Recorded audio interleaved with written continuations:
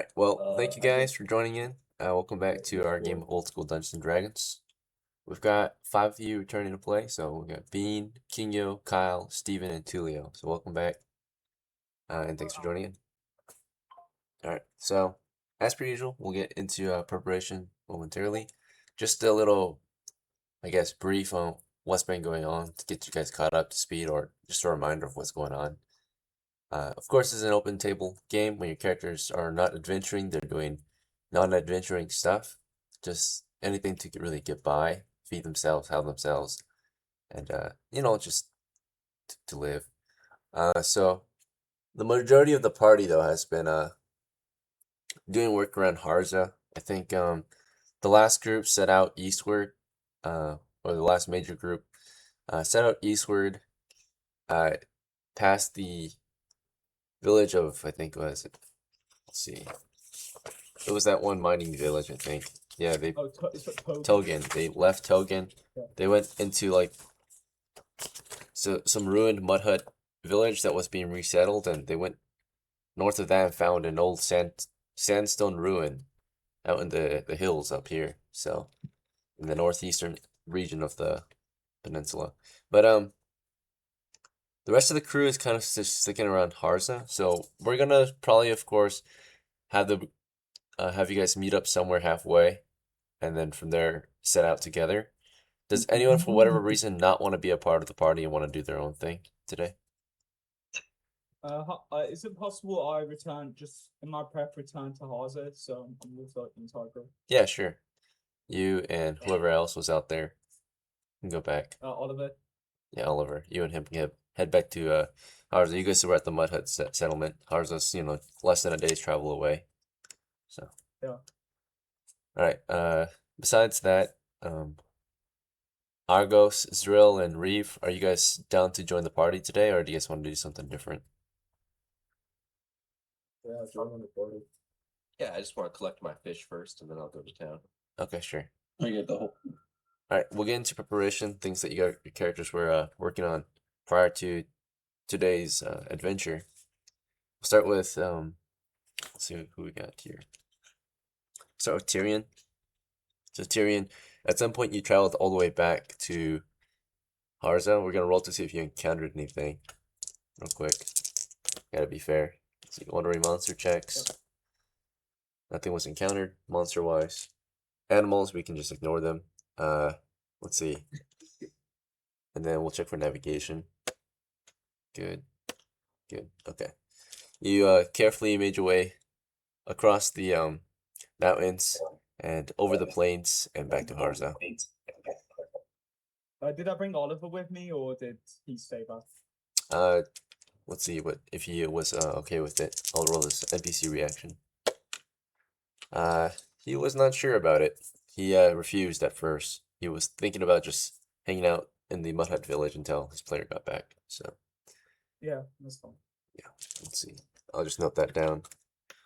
So we remember next time. He's still there. Oliver. Let's see.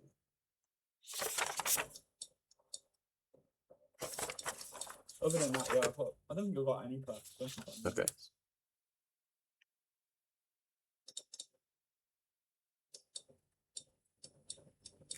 Okay.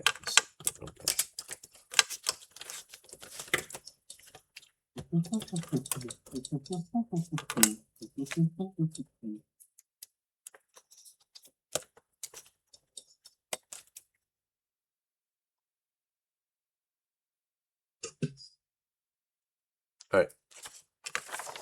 Next is, let's see what we got. Argos. So I think you left off in.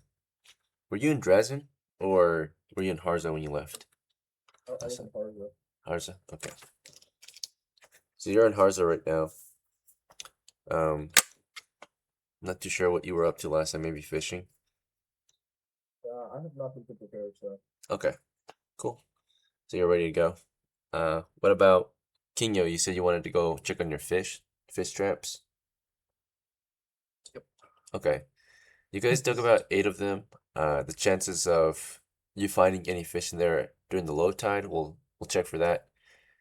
I'm gonna say that there will be a, based on the size, that determines how big of a fish can even be in there, first of all. But of course, Imagine it's as a fucking swordfish. I'll actually low cry, tide, bro. fish left over in those little cavities in the sand that didn't swim back into the rest of the sea. We'll say that there's a 1/6 chance per hole for a fish to still be there. So go ahead and roll 8d6s. All ones equal a fish is present. Looking for the bot rolling chat. I can't find Oh, it. I switched to Oh, call yeah, play by wait, what post is now. it? It's play by post now. okay. Oh. Yeah, so you post to play in there, right? By rolling the dice. Sorry about that. I forgot to update you guys. Unfortunately, it looks like only one of those are one, so yeah, you only caught one fish. Now we're gonna see its size. So based on how big this pond is, we're gonna roll, yeah, fish size category. I'm gonna say that the biggest fish you can maybe keep down there is gonna be normal.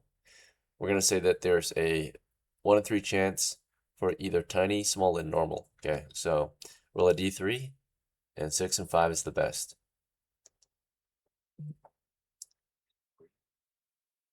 Okay, so it looks like you got a small fish, right? So a small fish will be 1d6 times 0.1 pounds worth of fish. Okay, so go ahead and roll another d6. So it's not like a bait fish, or it could become a bait fish. All right, this fish is 0.1 pounds, so it's like a sardine, you know, like a. Oh, yeah, I'm just gonna leave it. I don't even want that. Okay, I mean it's good for bait. Yeah. So, all right. Unfortunately, you know how fishing goes. It's really random, really luck based, time based. So when the tide went low and you checked in your traps, there was just nothing in there. The traps are reusable though, but over time they will have to be redug, right? Naturally, because sand will continue to just get pushed into them, right? They'll level out eventually. So you can do trap maintenance on them every now and then.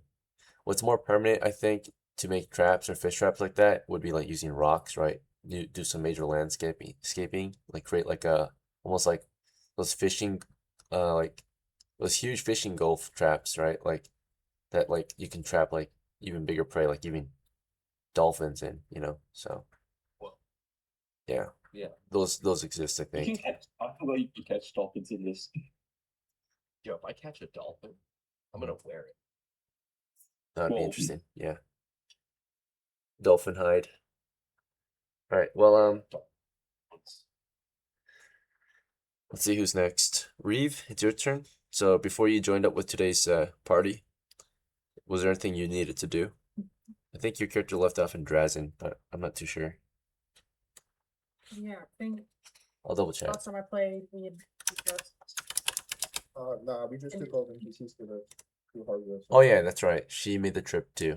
Yeah, so your character was convinced to travel. So while you were not playing, your character was convinced to travel to the town of Harza due to safety risk, right? The priority is survival, and adventurers managed to convince your NPC self that a threat was on the way, and you needed to leave. Unfortunately, I think they lied, or at least they didn't really lie, but nothing actually really happened, right? You just had to go to Harza for whatever reason, right? So you're now in Harza, so you're good to start with the rest of the crew. You don't have to do the travel sequence. Do you have any questions, concerns, or preparations?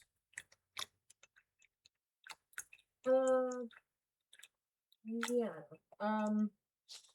Where I know, like, where are we? Is it like a? It's a I mean, small you guys mentioned it. coastal town. Small town. Yeah, you're in a small coastal town. This is a lot bigger than the hamlet. So you could sell some of your loot if you want, like the tomato plant, the purple flower, the brown and white mushrooms, if you want to try to sell these things. you got lavender flower. What the hell? She's got some type of mountain plant.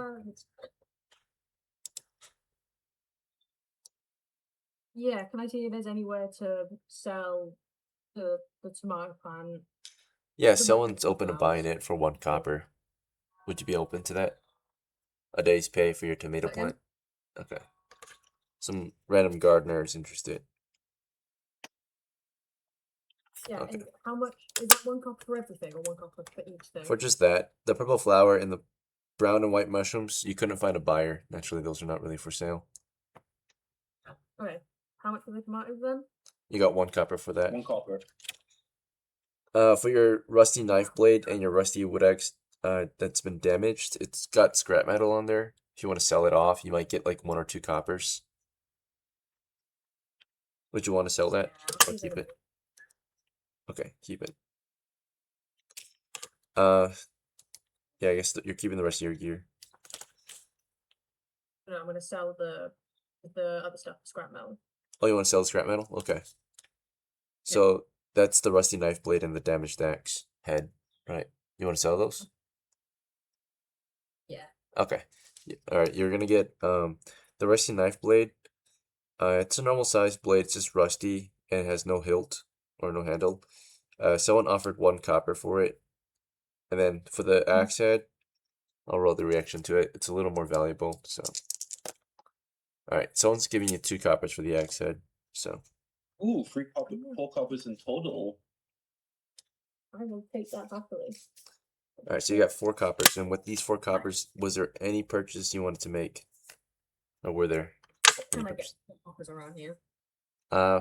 So your character hasn't eaten well in the past few days, right? If you want, you can get yourself a good meal, right? But some important things you might want as a cleric is clerical gear, such as things to help against fighting undead. So maybe like herbs like garlic, salt, vinegar, things like that. Would you be interested in anything like that? I would, but I also think getting rations for the whole group would also be a good idea. Yep, rations are fuel. It'll keep everyone moving. So Okay, how many rations could I get for 4 coppers? you could get 12 pounds of rations. This is salted foods like pickled, pickles, right?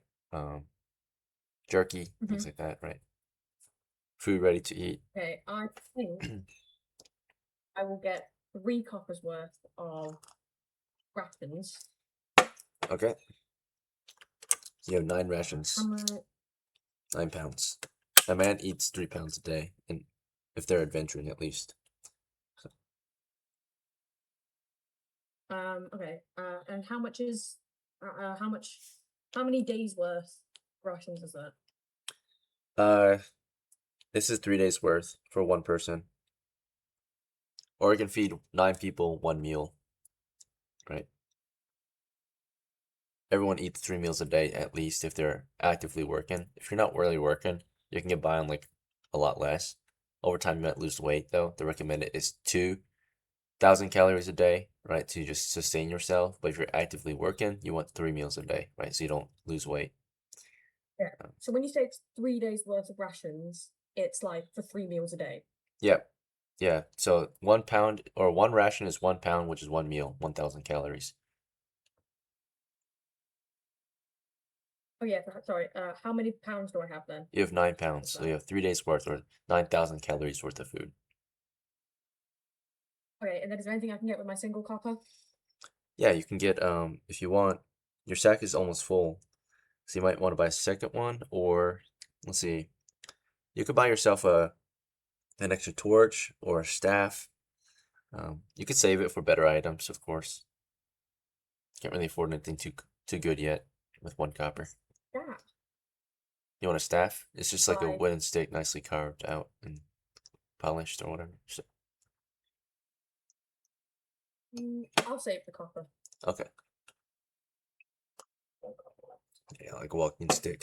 All Then I'm good. right. Oh, do we have a new player? Oh, James. this could be a potential new player. All right. James, if you're interested in playing, I'll give you permission to speak. Otherwise, you're welcome to spectate. Who invited this guy? Let's write down something inside the VCDMs. Oh, there is? No. GC chat. Oh, let's see what James say.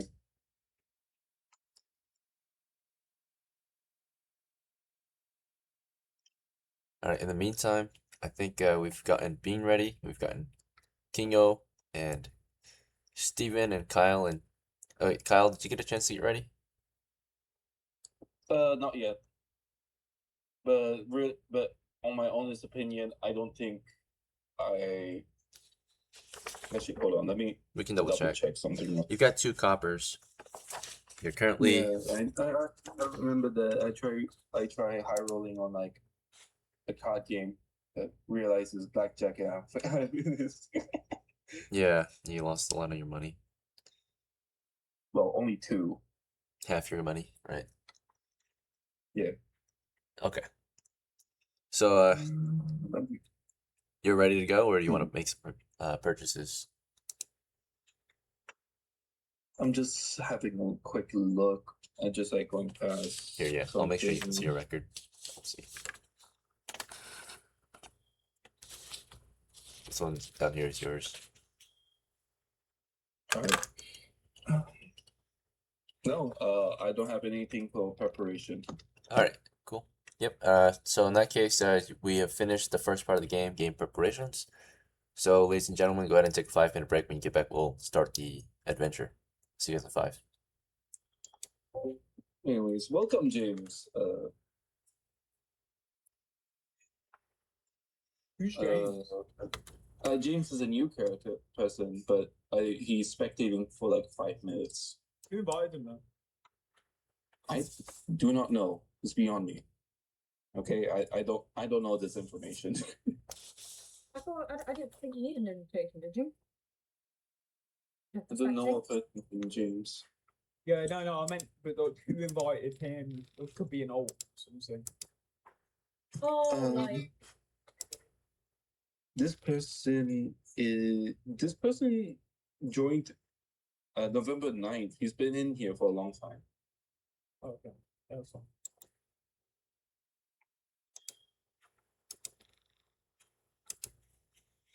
He's an old person, but never played, from what I'm assuming from his user. I just like watching games. You got games on your phone? Yeah, games on your phone. You got games on your phone? I've only met like 2 people, maybe 3 people like that actually watch the stream. I watch the stream. I know Heretic watches the stream. You can watch Heretic. You idiot, bro. Who else watches the stream? Somehow. Yeah, I don't know. Someone got formal pairs on there, yeah. Yeah, Tim used to watch also. Yeah, Tim watches. I just got dragged into the server. D&D streams are only popular if you good, bro. Like, are you alright? Like, what's wrong with this guy, bro? You fucking bugging. But it's only popular, like. It's How do popular you if say? you have a streamer. That's what's popular. Or that Matt Mercer guy, or whatever his name is. He's quite popular. I love Matt Mercer. Yeah. I think Matt I Mercer's love Matt Mercer. he's a good writer, but he's not. I feel like he's a bit of a beta male when it comes to like killing or anything like that. I don't know. I don't know what 5e. Oh, screen's pale. I love him, and I think he's sexy. There's a charm to him. I got into D&D because of a YouTube channel. Rule one of D&D: the DM gets all the pussy, right? That's well known. I agree. The DM always gets all the dude. That's always how it works, dude. Like, if you ever been a DM, girls will get on you. Like, that's something just how it works. Hold on.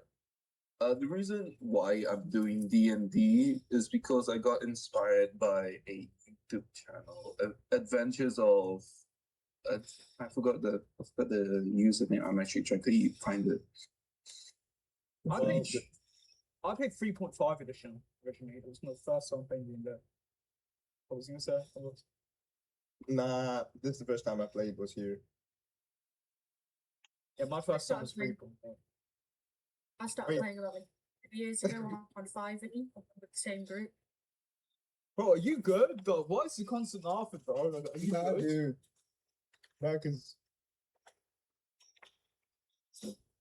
Because what? Like, what, man? nah, it's nothing. Oh, Well, Legends has to of be something, you fucking idiot, First. right? is that the YouTube user is Adventure of the Adventures. I got inspired by them to play D&D. There's like an old school module actually. It's quite interesting. I've played it. It's about like like a castellan, and look, there's this one mega dungeon you delve down. Don't know if you can know it. But there is like pre-made old school models. That boy, they're okay. I mean, I don't mind random generate, but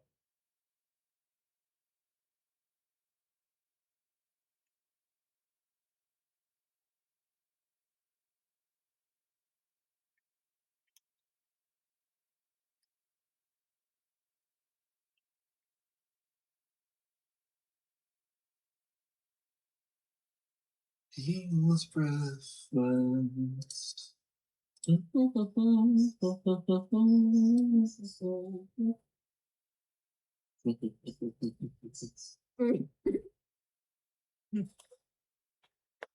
oh boy.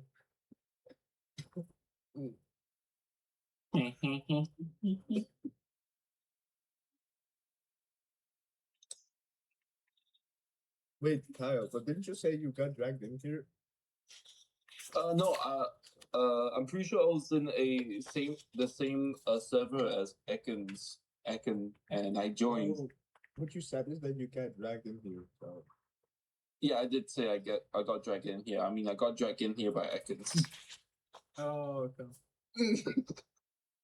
I'm pretty sure he was looking for a player, so but no one joined, so he was looking for some people in like the server I was in. But due to me I'm not in the server anymore. I'm not in that server anymore because I got how do you say it? Kind of kicked because Well, I'm really glad you made it here, buddy.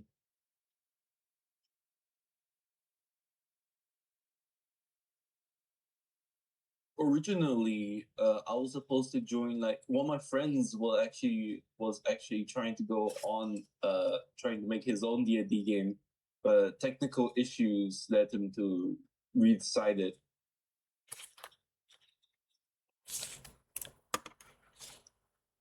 All right, ladies and gentlemen, it's been roughly 5 or so minutes, so we're gonna get started. Thanks for your patience. Welcome back.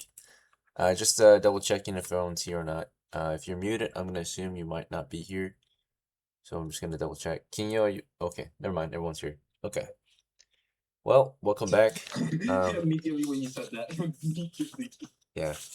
All right. To get started, as per usual, I'll go over the background of the situation. I'll describe to you the situation. Any questions or concerns you might have, we'll try to go over them. But more importantly, you'll make your decisions on what you'll do for today's adventure. So, your party finds themselves gathered in the small coastal trade town of HARSA.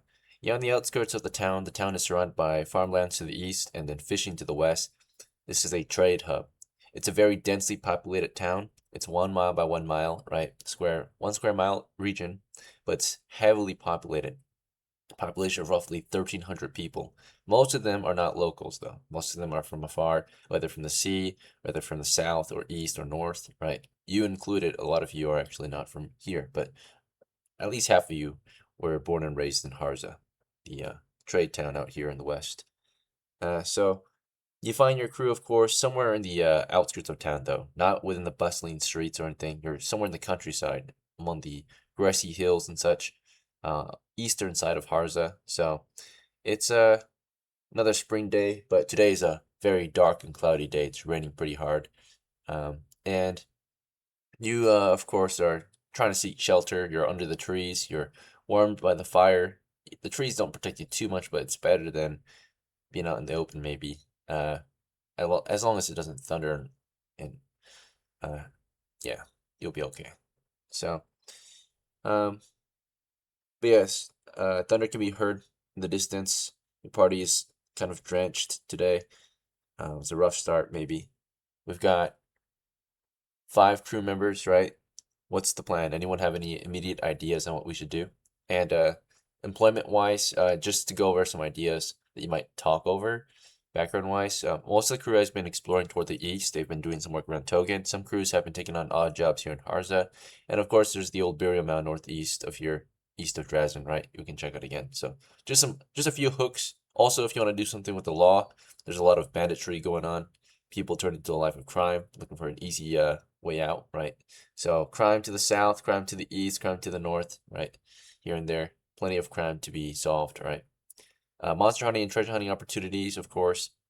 When it comes to adventure, there's of course merchant caravans you might join up with and seek out monsters to hunt on the way, right? There's rumored monsters to be living out in the forest northeast of here. Let's see. And there's this sandstone castle ruin or settlement ruin to the far northeast east, which was recently discovered by TYRION and his crew, right? So those are some other adventuring opportunities. All right, with that in mind, who wants to start off? Any ideas on what we should do? Can I just quickly head to the market and see if I can get this letter delivered? Sure. Like 3 attempts. You want to do that yeah, now, or do you we want to still discuss have with your it. crew first? Because they're in discussion. Uh, You want to wait? yeah, I'll tell the crew. We can head to the sand ruins in northeast. I think there's opportunity for treasure there.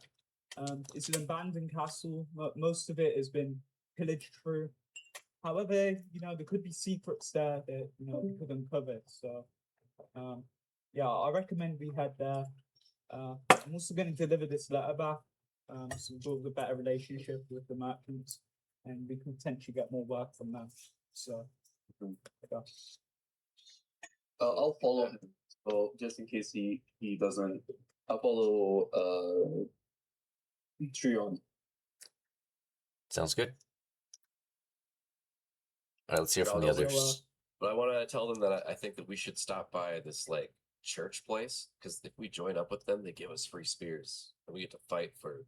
We already got spears. You guys aren't some like of metal, us. the good ones, like metal ones. Lads, there's a person on party called Lazar, Liza, I think it is.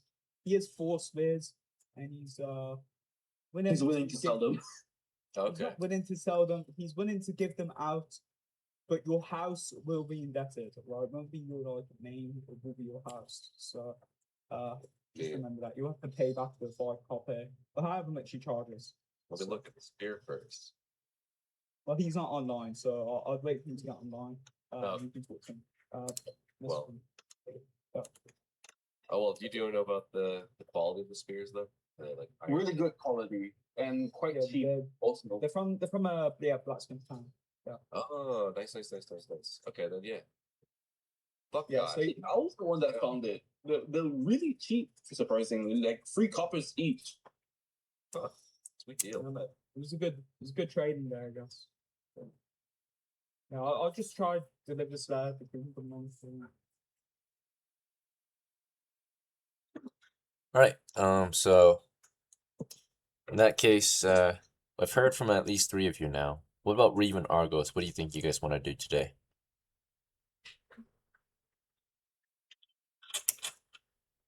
Well, I'm gonna head to the tavern. Tavern? Okay. What about REEVE? Is there a church? There is a temple here, yeah. Harsa has a temple that worships, unfortunately for you, it worships the old gods. Harsa is kind of not a holy town or anything like that. It's an old style town. That's Yeah. So I got a question. They still sell holy water, right? there might be other followers of God here, but the main religion in Harsa is a heathen one. They don't worship God here. They're not God-fearing people. Poseidon! Yeah. Please me. They might have protection scrolls, maybe, if you have the money for it. Ooh, shit, that's actually it's probably hella expensive though, so it's probably worth it, but also at the same time not worth it. Yeah, maybe like a month's pay, Because you have 20 to to, 30 coppers. you have to read the scroll. You need to understand what the scroll says. Yeah, casting a scroll without knowing how to read it or do the gestures will be difficult. So there's 3 components to casting. You need to read, you need a gesture, and you need to see your target, right? So Yeah. usually magic users with the read magic spell are able to use any kind of scroll. People can teach you how to use it, of course, naturally, and then you can just repeat what they did. But if you do something without any instruction, of course, then there's a pretty good chance of failure, right? So naturally, when you buy a scroll from a seller, they can, if they know how to use it, they might teach you how to use it. It might cost you money for instruction, maybe. It's a lot cheaper to buy scrolls that you don't need instruction for. But if you do require instruction, then you might have to pay for tuition or training. Right? So. All right. Well, yeah. You guys take some time to think. I know Argos is headed to the market. I know REEVE is maybe looking for the temple or other god worshipping people here. ZRILL is ZRILL. Can you remind me what you were doing? Just gonna follow the guys delivering some letter. Okay. Yeah. I got you now. I dug Sure. my holes. All right. So you're with TYRION. Max is with TYRION too. All right. We'll start with TYRION's group. So the majority of the party heads over to the marketplace. It sounds like this morning to look for some kind of merchant. TYRION knows, right? So TYRION, go ahead and roll a 1d6, and if you get a 1 or 2, then you don't find him here. You're trying to detect him over the crowd. He's been a hard guy to find. 1d6. Okay, yeah. So We'll just 4. take the first one. Yeah. All right, pass. So today he's in town. You walk around the marketplace, and you find him, right? He's one of the merchant caravan, or he works at one of the merchant caravans, right? Particularly he is a caravaner of some kind, right? So you come up to his stall, you find him, kind of seated. His hired hands are just running the stall. He's got caravan guards looking over his goods, supervising and such. But yeah, you want to request to meet with him? Was he the largest? Is this the largest guy? The largest merchant guy? So I remember those 3. Say he's like the biggest out of them. No, no. Okay. I say to him, I say to one of his guards, hello, I've got a letter for the person who gave us a quest to deliver a letter. So All right, let's see what the vendor says. The vendor's not sure. He's like, you've got a letter of some kind. Can I have a look? no. It's for the month. Oh, I see. Let's see. He reacts negatively and says, you can see the wait, merchant in the this background. one. The vendor says, I'll take it to him. Yeah. Don't worry about it. I'm a bit can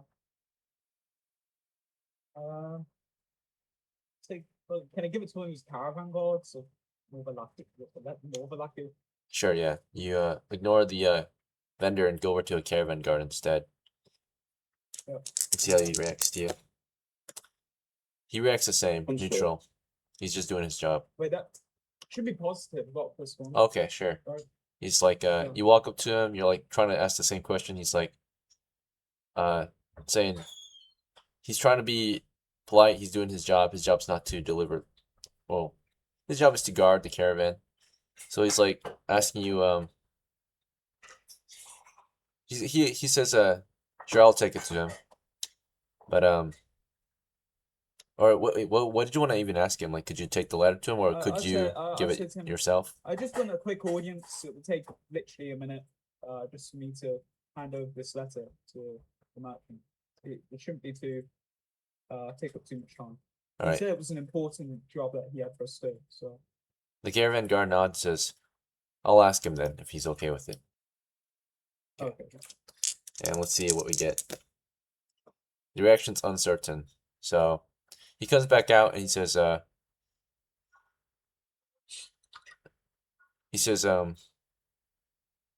something that's not good or bad. It's He's like busy. it's like a neutral reaction, right? So Mhm. he says, are you sure I can't just take it to him myself? He doesn't really want to have an audience at this time. Yeah, just give it to him. Say to him, yeah, that's fine. Here you go. No good. All right. Nothing really happens. Nothing good or bad happens. He delivers the message. Thanks you for delivering it. The guard does, at least, not the merchant. The merchant in the background seems to be busy, right? You can see him in his tent, but he's like doing some paperwork, it looks like. And you know, maybe he acts like he doesn't know you or something, right? Who knows, right? He can hear you talking outside the tent to his men, but he hasn't come out at all. So the guard just sets the letter beside him and then comes back out and tells you, thank you. Have a good day. All right. That's it. I'll say thank you. Leave. Yep. Okay. And with you at the time was ZRILL and Max. ZRILL and Max, did you want to just wait with TYRION for him to finish his conversation with these guys, or did you want to do anything else while you waited? I just haven't finished the Okay. conversation. It's rude to interrupt. Sure. Yeah, you stay beside him. You wait for him. What about ZRILL? Did you want to wait for him too, or was there something you wanted to do while you waited? I'll look around. So I'll look back and see around me. Who's in my immediate vicinity? You're in the market, and around you, there's vendors going around. There's customers walking around, looking at the various goods. A vendor actually walks up to you if you're interested. It's a food vendor. He's just, carrying food, like a basket full of food. Particularly, it's some kind of local cuisine. It's basically these sweet treats. They're like basically sugared up seaweed, right? So sugar seaweed, crunchy, sugary seaweed, right? And he's selling he's selling like a pound of it for 1 copper. Would you be interested? I have 1 copper. We can check. You support local vendors. Let's see.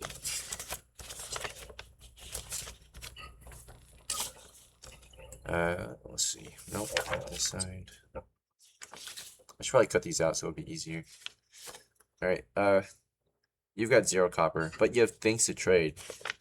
So if you don't have copper, you can use like some of your valuables. Let's see what's valuable on you is a shovel. You've got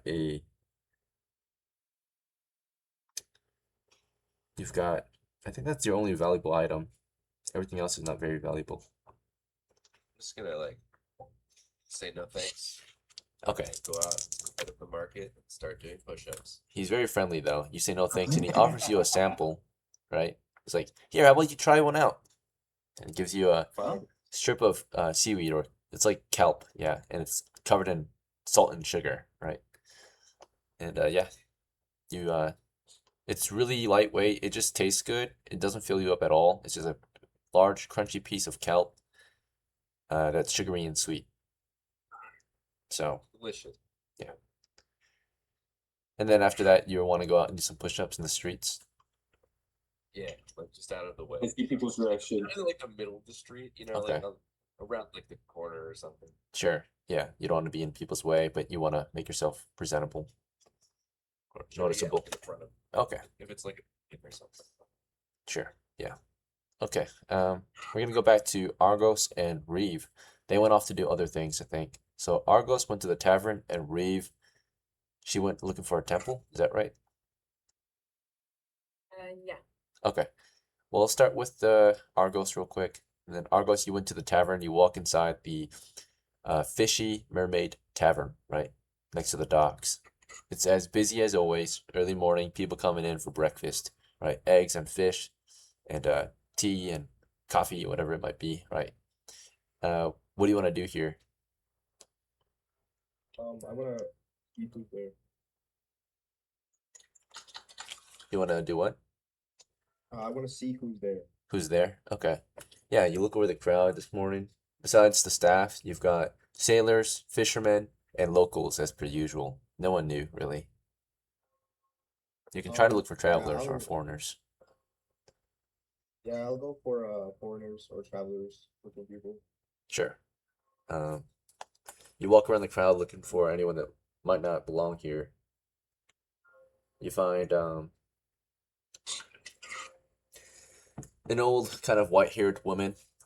She's having tea by herself at a small table. Doesn't look like she belongs in a tavern, right? Okay. Do you want to talk with her? Yeah, I would like to. Okay, sure. What do you want to do or say to her? I'm just gonna be like straightforward. Hey, ma'am, I know you're not an adventurer, but do you happen to know of any rat caves around? You said rat caves? Yeah. Rat caves. Okay. She reacts positively, and she says, rat caves, I'm sorry. I'm really sorry. I haven't heard of any, but I do know where some rats are. In fact, I know that Really? local business in the area is hiring rat catchers, as always. There are so many rats in this town, and I just got here. I'm just visiting family right now, but our ship that we took to get here was full of rats. It was disgusting. Were they big rats or small rats? All sizes of, Huge. yeah, they're all kinds of sizes. I see. Well, They just live among us. And yeah, thank you for your time, though. Enjoy your sweet tea. I mean tea. Okay. She reacts positive. She says, "You have a great day and best of luck finding the rat cave." Thank you, thank you. Okay. You leave her alone? Do you want to remember this woman, or she's probably not going to come back here, but Nah, I'll just head back to the party. okay. And then Reeve, you went off to go talk to some people or find a temple. Well, you find the only temple in the area, right? You walk around the street of the town, eventually find or see the only temple in this fisher trade town, right? Which is a temple that worships the god of the sea along the coast here. Do you want to visit it?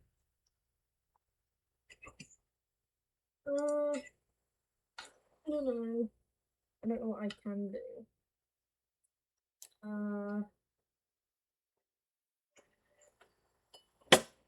Well, they worship someone who is, or something that is false to you, right? Okay, I think seeing that it's not one of my gods, I don't even want to be in the presence of it. Sounds good. I'm gonna go find the group. Oh, yeah, we just regroup. I guess you just paid it a little visit and then head back. Yeah. All right. Well, Argos, to find the rest of the group, you remember hearing that TYRION was going to stop by the market, maybe come back to camp. So do you want to head back to base camp and wait for the rest of the crew there? No, I'll go to the market. Okay. Reeve, would you want to go to the market too, or head back to base camp to rendezvous with the crew? Let's go back to base camp. I've already done all my selling and stuff. Okay. Back to TYRION, Max, and ZRILL's group. You just finished talking to a caravan guard about delivering a message. You finally got that letter delivered, and nothing came of it, really. Unfortunately. Let's see. You're still in the streets of the marketplace. I think ZRILL kind of went off to the side to start doing push-ups. While he's doing that, Max and TYRION, do you want to grab him and head back to base or something else? Yeah, that's good. We're ready to set out an adventure. Okay. Max is ready to go too, it sounds like. ZRILL, they're coming to get you. You were just about to start doing push-ups. Do you want to continue or do you want to go with them? They're trying to get you to go with them.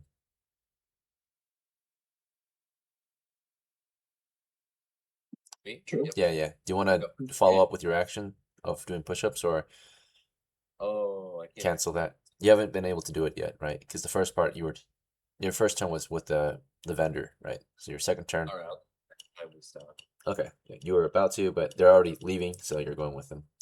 You didn't get to do your push-ups, your morning exercise. All right. Well, the group is back in the base camp for the most part. You know, you guys head back to base camp.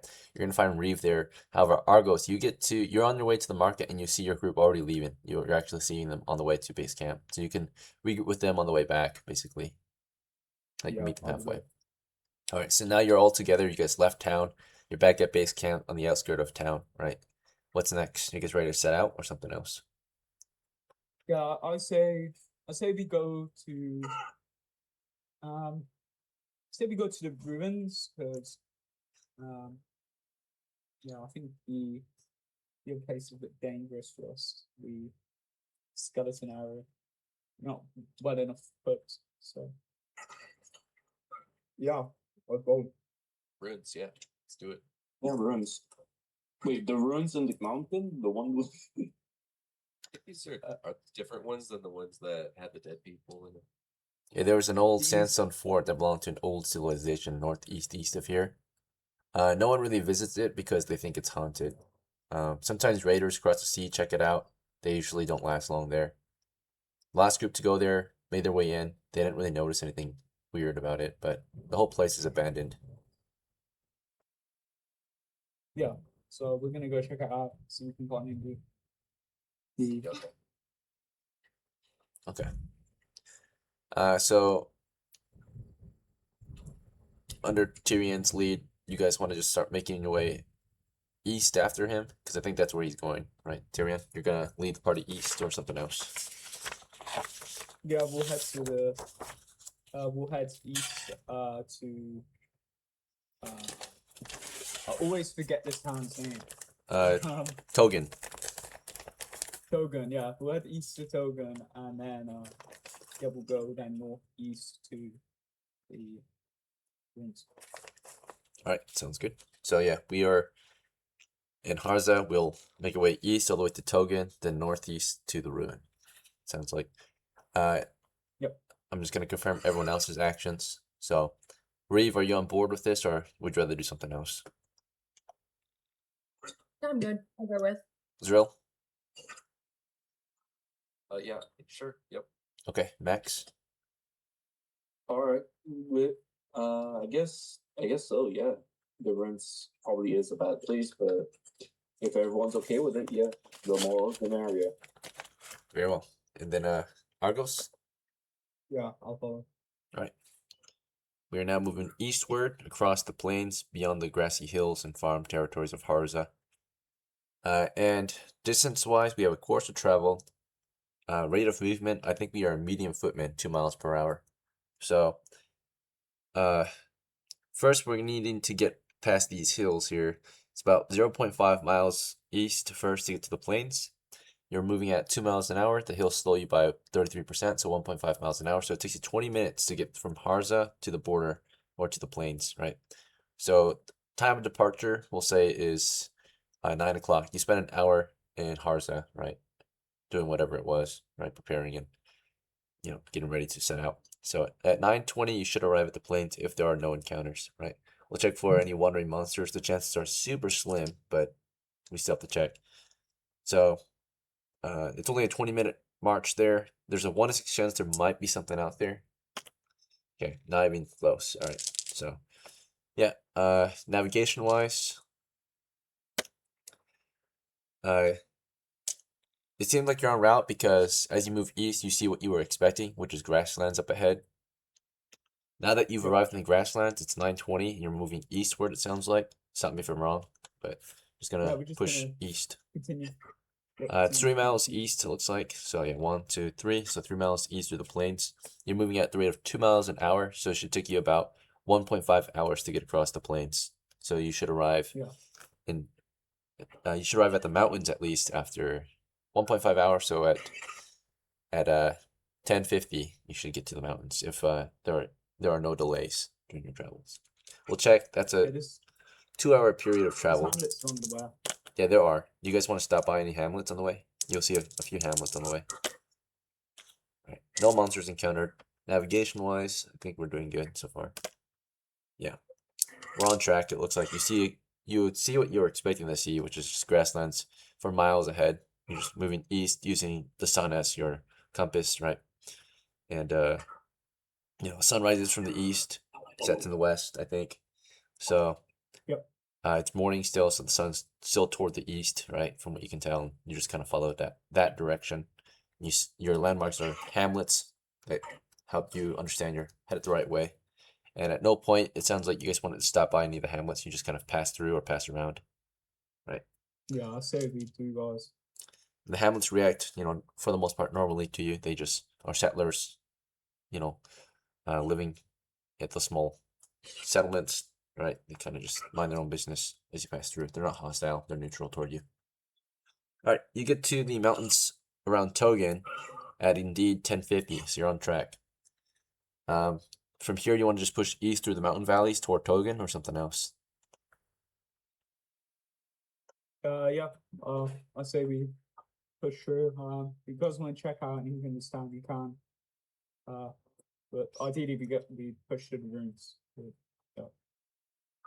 Okay. Okay. Yep. Just to make sure everyone has a chance to speak or play, TYRION is keeping you guys on course.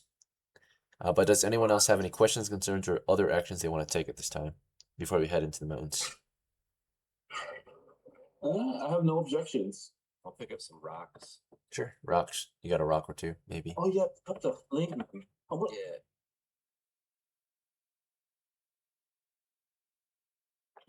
All right. Well, beside rocks or stones that you might pick up, the difference: rocks are rough, stones are smooth, found in the water. Rocks are found anywhere. Let's see. You just gotta make sure you can even carry these items. Kinyo, you've got a sack. It's mostly full. So you'll stuff some rocks in there. Let's see. Sure, I guess. Yeah. Okay. Oh, are we left yet, or are we still at the camp? Can I leave stuff? We're in the mountains right now. Do you want to drop some stuff off here at the mountains, like discard gear? No, I already have like a sharp rock. I think still. Do you want more rocks or yeah, no? you have No, I'm good. Okay, you don't want you think about grabbing more rocks, but you realize you're pretty stacked. Okay. Because I have the pot with me still. I'm pretty sure. Yeah, and that's in the sack too. Let's see. Damn it. You got your sack is like really full right now. It's stuffed. to the Oh brim. wait. Back. Deacon, as we're passing through Togen, can I fill a pot? You know, when the pots that we have with beer, can I fill it with water? Oh yeah, because So we yeah, can- some of them are empty right now. Yeah. That's right. Yeah, I just want to look for some extra copper in the ground, copper pieces that might have fallen out while we pass through. Okay, yeah, your eyes are open for any treasure. If there were any treasures, I would let you know. But yeah, just a good reminder. Yeah, so far you don't see any treasure in the valley. No loose change out here. And as Argos is keeping his eye open for treasure on the ground, as ZRILL is looking over his gear and thinking about, grabbing some rocks. I know Max wants to pick up some rocks, it sounds like. So Max, you've got a sack, you've got a sling. How many rocks do you want to pick up for your sling? Do you want rocks or stones? The difference is stones are found in the creek, rocks are found anywhere. Rocks are rough, stones are smooth. I'll have Naturally, a stone. yeah, stones fly better than rocks. Naturally, More aerodynamic. yeah, less friction that way. Okay, yeah. So you grab some smooth sling stones from the creek. How many do you want? We'll say 10 of them is 1 pound, right? 10 sling size I'll stones, grab, like, golf ball size. 5. 5. Okay. So I have like pound. Yeah, 0.5 pounds of stones. All right, so we got some sling stones. Just 5 of them. Okay. Yep. All right, and as that was going on, REEVE, was there anything else you wanted to do as we march through the mountains, or before we enter the mountains? Nah, my sack's pretty full too. So not really much worth. I mean, you kind of emptied it a little bit, but yeah. Let's see. Well, let's move on. I think everyone had a chance, right? To take a, and then TYRION, sorry, one more time. What did you say you were doing as we moved into the mountains? Oh, as we because I remember there was like a waterfall. I'll just quickly fill up my. Oh yeah, the bottle. Um, All right, I'll add it to your inventory. Yeah, but Let's see. TYRION. Yeah, the alcohol bottle, which is now empty because we drank it. Yeah, so There might be one left. but there's we can fill the rest of 2 pints of beer left in there. So only 1 bottle has beer and the other 2 are empty. So now you Yeah, have so 2 of them filled with water. So you've got 4 pints of water now. This is dirty water, right? Or actually, you got it from a waterfall, so it's just spring water. Yeah. Yeah. Okay. Not cleaned yet, so unclean spring water. Mhm. It's got a Probably when we are prepping, we could set this bottle in the campfire if we Boil agree it. on. Okay. Kill all the bacteria inside. Eat dead bacteria. Okay. Took a 1 in 20 chance anyway, so Yeah, it's not that bad. bigger. If you drink from a pond, though, that's different, right? You probably have an almost automatic chance of getting some disease. Still water, right? Drink some parasites. Okay. All right. Well, it's actually really cold and wet right now. You guys are drenched, and so therefore, I'm gonna have you guys make a 1 in 20 chance versus disease. As your party's been marching out for the past couple hours. Everyone's gonna roll a d20, and if you fail, your immunity has dropped, or your temperature has dropped so low to the point where you might have a cold at this point, right? Like a runny nose, a cough, mostly a slight sickness, right? Very small sickness. So everyone has to roll 2 d20s in the chat when you're ready. So it's been 2 hours of marching to the rain. Unless you have a traveling cloak. If you have a traveling cloak or something to keep you dry completely, then you're fine. But most of you are naked or have little to no clothes. So I have a tuna. I don't know. Ah, about- that one. yeah, Didn't you it's not roll? enough. Steven, you already rolled. You rolled 218. What, me? What 218? The chances are Is that super good? Is low. higher the- Okay, Is that higher the better or lower the better? lower is We'll have to bad. roll Nat again. 1 means that you get a disease. Oh god. Okay, Yeah, you have to I'm roll not- twice. Yeah, Everyone has to roll roll again. twice. Yeah. Oh, okay. That didn't work. I put on 20. Everyone's got to roll Is it two two d20s. 20s? So it looks like for Shirley, ZRILL is catching some kind of cold. Okay. Bean is fine, or REEVE. Everyone is fine except ZRILL. Today, ZRILL, you're feeling a bit under the weather, right? Your nose is uncontrollably runny, right? You've got a cold, right? Just the start of it. So to cure it, you need to go get some like tea or something, right? Medicine. Let's see. But yeah, your immune system is weakened. So actually, before you even weakened, your body has a chance to resist it. So your character has definitely reached a temperature that's too low for him at this time. So you got a saving throw versus disease or poison, right? So you have one more chance to not get sick. So roll a d20, and let's see if your body can fight it off. You're feeling really cold. You're feeling it starting to hit, but maybe you're gonna fight it off. Your immune system. Let's see, ZRILL. You got a 15? Okay, so we'll check your constitution. That will help adjust it. And I think you only needed a 14 to pass, but if you have a low constitution, you might get sick anyway. Alright, ZRILL has constitution 13. You've got a strong immune system. You're hardy, yeah. Although you reached a really cold temp, this is the coldest you've ever been in a while. You feel like you just kind of soldier through it, and you like shoot out a big snot piece, right? You like blow your nose really hard and then just march on through, right? Despite the cold. But you realize that if you continue this way, there might be another chance for you to get more sick, right? Because all you're wearing is your wraps and you have no other clothes. You're basically naked. So you're just drenched, you're cold, shivering, right? Uncontrollably. It's not your choice. It's just your body normally reacting to the low temp and the wetness. Okay. Well, that in mind, at some point you guys might want to warm your body, right? Because your temperature has dropped pretty low. You're about to hit Togen soon, so you can stop by and warm up in Togen. Because we're at low body temperature. Just stop at the tavern or something. And you're deep in the mountains now. Okay. You guys make your way into Togen, which is a pretty large mining settlement out here. Not as big as Harsa, but way bigger than Drazen. So yeah, you're in the mining village of Togen. You walk around the streets looking for a tavern. During your approach at this time of day, let me see if the watch will stop you. the watch does halt you, unfortunately. So you get some people. Most people are indoors at this time. You're walking through the streets. Your band of adventurers make your first approach toward the village, but you're halted by a village watchman. Right, actually a couple, since you guys are a large group. The village watchmen approach you, or halt you from a distance first. One holding a shield and a spear. The other one has a longbow, right?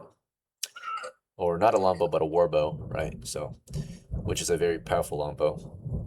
Anyway, they're halting you from a distance. They see you approach the village from the valley. They're just maybe making sure you're not bandits are here up to no good, or at least advising you before you even enter to not cause any trouble. So they halt you and they ask you to state your business and who you are, right? What do you guys want to say?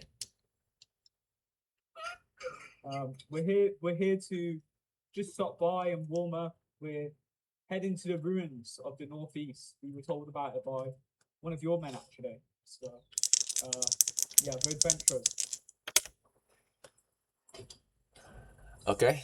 As TYRION is explaining himself, do the rest of you want to just stay quiet and wait behind him, or does anyone else want to take an action or say something? What he says is true. Okay. We are all adventurers. We're here to go inside a ruin close to your city. So, but we have to stop by real quick because one of our members just got a cold. All right. So they're reacting not sure or normally.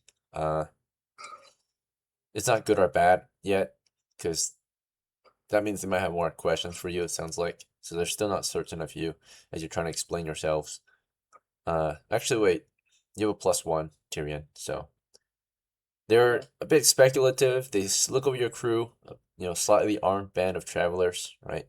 In various types of attire. One of you looks kind of sickly maybe for a moment. You're all actually shivering and cold and drenched in rainwater. And after some private discussion between the two of the guards, I say, very well. Sorry to halt you here. And thank you for your time. We're just making sure. There's been a bit of crime in the area lately, and we're actually looking for certain people. There are some wanted men in the region, so we were just looking over your group to see if any of you might fit the description. But you're welcome to warm yourselves here. We'll be on our way. And the guards leave you alone after that. You are able to just continue through the streets. Okay, I'm gonna head to the tavern if anyone else wants to. Okay. Yep. So you're making your way to the tavern here in Togen. Do the rest of you want to just follow TYRION inside, or anyone want to do something different? This is a mining town, so you're in the valley. The mining village of Togen is fenced off, walled off, right? So like in the valley, of course, on either side of the valley, there's entrenchment first, and then past the entrenchment, there's fenced off farmland past that, right? The farmlands are not that big in the valley. They don't really grow major farms out here. They've got like gardens that grow like mountain crops, right? Like cabbage or something. I don't know. But let's see. And then past that, of course, is their main industry, like houses, workshops, and mining, of course, is their main industry. They've got their fortifications are built on either side of the valley, so they've got like small watchtowers on the north and south side on either side of the east and west, right? So, before if you were a trespasser, you would be shot up by tower defense people, right? Wooden watchtowers on the mountainsides. Provide overwatch against those who move through the open valley toward their settlement, right? So naturally, it's a pretty well defended mountain village. It's got to be, right? So they've got defense. Yeah, you passed on through. You're at the tavern. So just making sure. REEVE, do you want to be with TYRION at the tavern or something else? Yeah. Do you want to go to the tavern with TYRION? Kind of the captain of your crew? I'd like to try to find those guards again and ask about who they're looking for. Okay, sure. Yeah, you want to talk with the guards further as they head on into the tavern. Yeah. Okay. What about ZRILL? Do you want to stay with REEVE? Do you want to head to the tavern or something else? So like push-ups, I guess. This is my time. In the tavern or outside the tavern, or where do you want to do push-ups?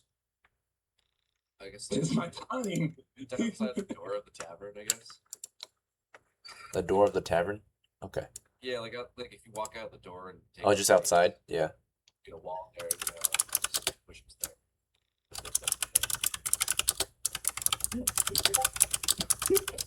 Alright. So, yeah. The tavern's name, by the way, is the Stone Crop Hearth. So, you're at the Stone Crop Hearth.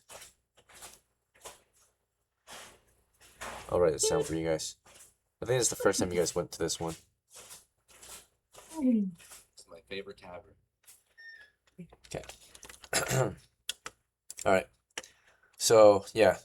As ZRILL is starting to do push-ups outside the tavern, drenched and cold.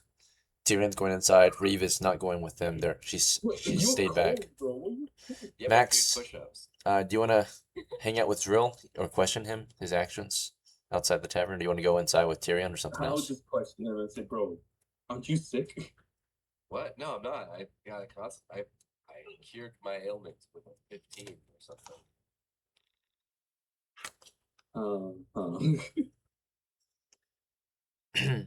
All right, yeah, he shot a snot rocket out, and he's feeling a little better, right? From what you can tell, he's increasing his heart rate, his body temp by doing some physical exercise. Max is just questioning him outside the tavern, maybe trying to convince him to go in. What about Argos? I know Tyrion's going inside, so do you want to go in with him or something else? I'll take a little detour to look for some copper pieces before I head to the tavern. Sure. You just want to wander the streets of the town? Yeah. Okay, sounds good. All right, we're gonna go back to we're gonna start with Reeve, who didn't go into the town really. She's kind of on the outskirts of, or not the village. I mean, not town, but village. She didn't really go too far, right? When she got halted at the gate with the rest of you guys, or at the at the village gate, right? Gatehouse, the western gatehouse. It's a small gatehouse, nothing too fancy, right? Just past the trenches, and then toward the fence between the towers, right? Couple guards manning the post, who can either allow or deny access into the village. Yeah, you were talking to them. What did you say to them? Or what did you ask? What I asked about the they said that they were looking for a very specific group of people. Yeah. I want to ask about that. All right. So they're not too sure. They ask, you know, what's your charisma, Reeve?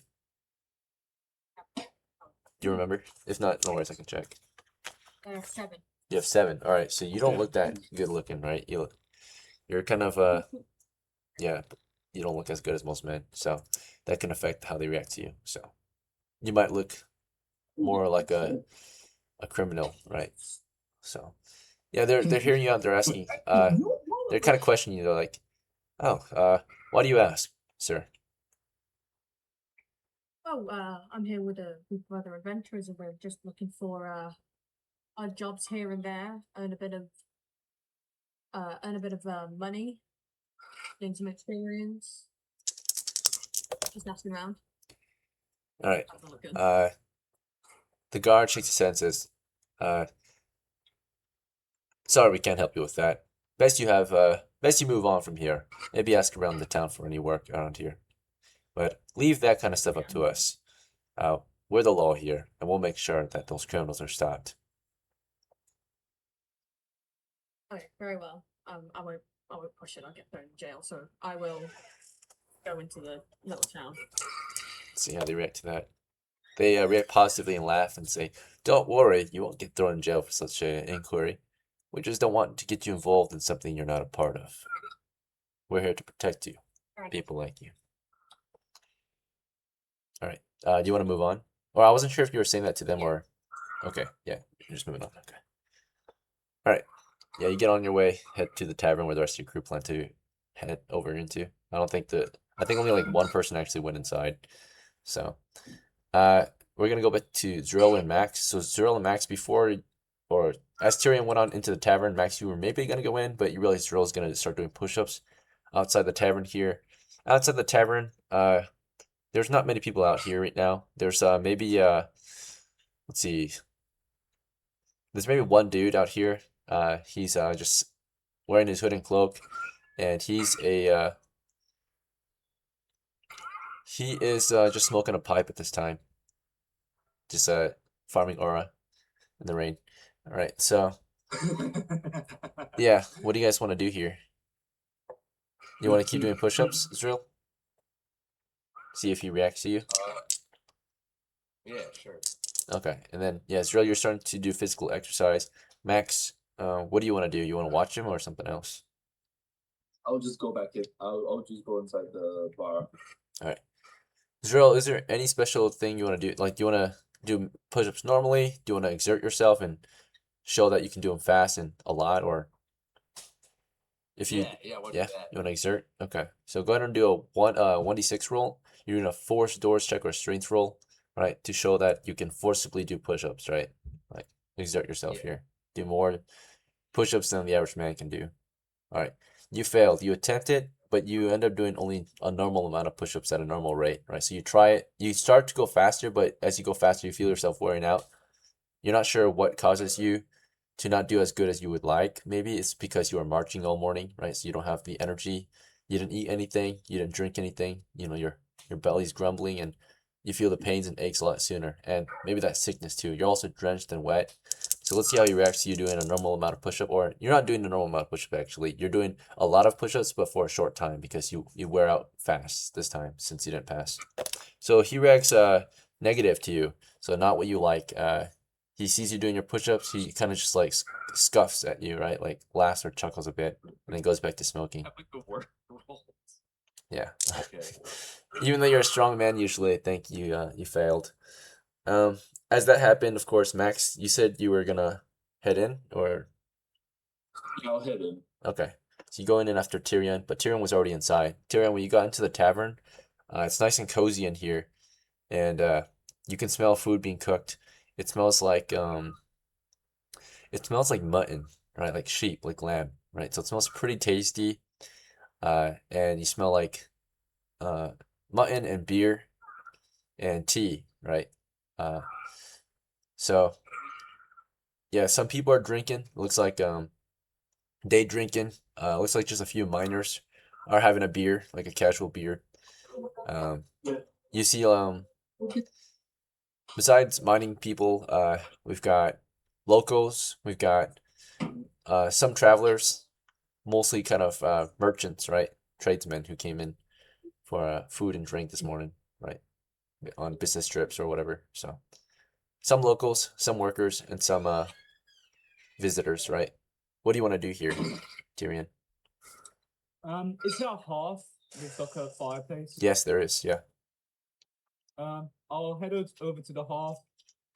Maybe drag a chair to sit down, warm up, and I'll take a drink of the water. Have a drink. Sit down, have a drink. Chill out for a bit. Sure. Yeah. Drink some spring water that you bottled up Yep. earlier. All right. Yep. So as you're warming at the fire, though, there is someone there at the fire with you. They're already seated there, so you have some company, right? Let's see. This person looks like a very beautiful woman. She's got long brown hair, slightly blondish. She's got a bit of makeup on, maybe. She's all pampered up and warming herself at the fire. She looks drenched too, right? So she's warming up too. You can kind of see through her clothes. Sit down and like, good day, right? The weather's terrible, isn't it? She rolls a that's a Neutral. neutral reaction to you. So she just kind of reciprocates. It's not good or bad. She kind of nods like, yeah, it's pretty wet up there. And I just say, I'm just gonna sit here and warm up for the Go Adventure more. Yeah, I hope you don't mind. Just sit down. Are you saying that to her? Okay, let's see. Yeah. She doesn't mind. She just says, take your time. Yeah, and, I guess I'll wait. Okay. I'll let the rest of the, yeah. In the meantime, Max, you just walked in. What do you want to do as you enter? You I see sit down Tyrion already next in there. to, I'm pretty sure, yeah, I'm drenched though, so I sit down next to Tyrion. Warm up at the fire. I don't grab, I just sit down on the floor. Okay, sure. When you get on over there, and sit down on the floor, there's a negative reaction around you. You sit down, and the woman doesn't really react to you, but more so the staff. A barmaiden nearby, she says, "Sir, here, please sit here," and she brings you a chair, so you don't have to sit on the floor. She doesn't let you sit on the floor. She gets a chair for you. Okay, yeah, I'll just say, oh, thanks. I thought there was no cherry. Well, Yeah, there are a You know, few yeah, chairs thank you. available still. Yeah. All right. Yeah. Customer service. It's your job to make sure you're serviced in the tavern.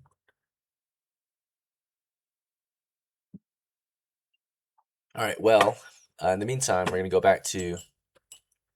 I think it's whose turn is next? It's Argos's turn. Yeah. Argos went out to yeah. Let's see. Argos, you went out looking for copper, I think. Yeah. So, let's see. You want to just wander the streets for copper, or you want to look at alleyways, or you're in a mining village right now. So to give you an idea of how it looks, you can imagine like there's a like a river that flows through the village naturally and out into the valley on either side, right? There's creeks that flow down from the mountainside into the river, which is in the middle, right? So the village is divided, right? Most of the Yeah. houses and such and important buildings are built on high ground, so higher up on the mountain side. And then, of course, in the midst of the valley, it's mostly like agriculture, like maybe like, yeah, like mostly agriculture. There's like a mill down there too to process and refine metal ore, right?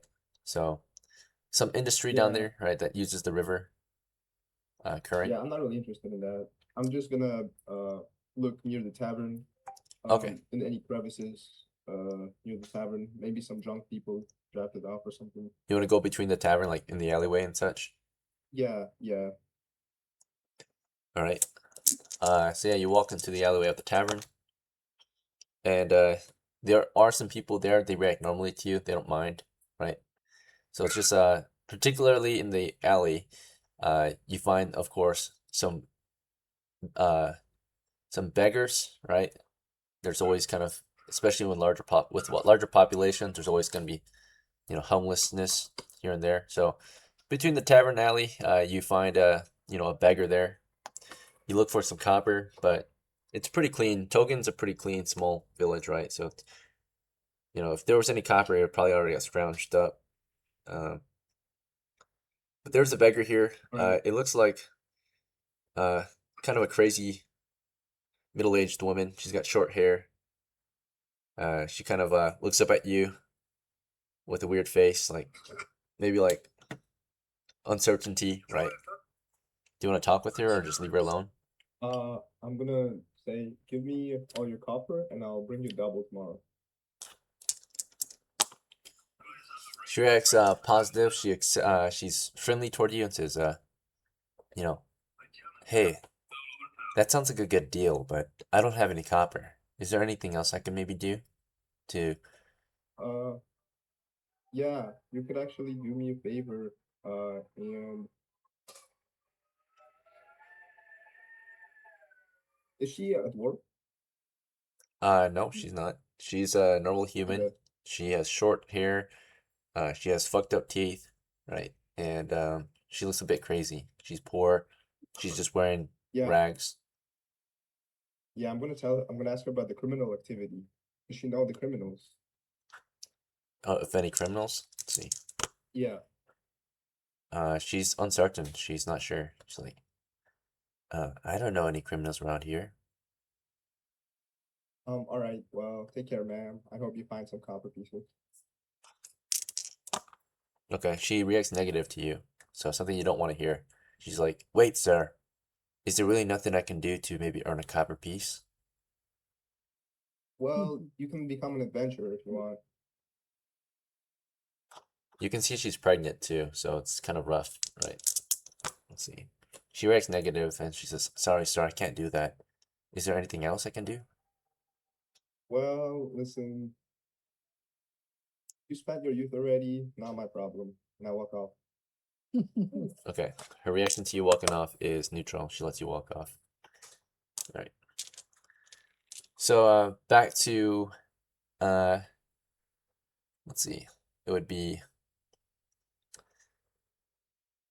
whose turn is next? Reeve's turn? Yeah. Reeve, you're at the tavern now. You made it over there. Outside the tavern you can see Max, Tyrion, and Argos hanging out. You see like Max just went in actually, so it's just Argos and not Tyrion, I got the names mixed up. ZRILL. ZRILL and Argos are outside. ZRILL's doing some or was doing some push-ups. I don't know if he's still gonna do it, but Argos was coming out from an alleyway, looks like. When you get over there, do you want to just walk inside the tavern or something else? Or do you want to meet up with your buddies outside? I'll ask Argos what was he doing? I was just scouting for some copper pieces and information, and I didn't really find any, so Oh. Well, Okay, so yeah. And then I'm gonna tell her that ZRILL might be a little bit crazy, so I'll just go inside.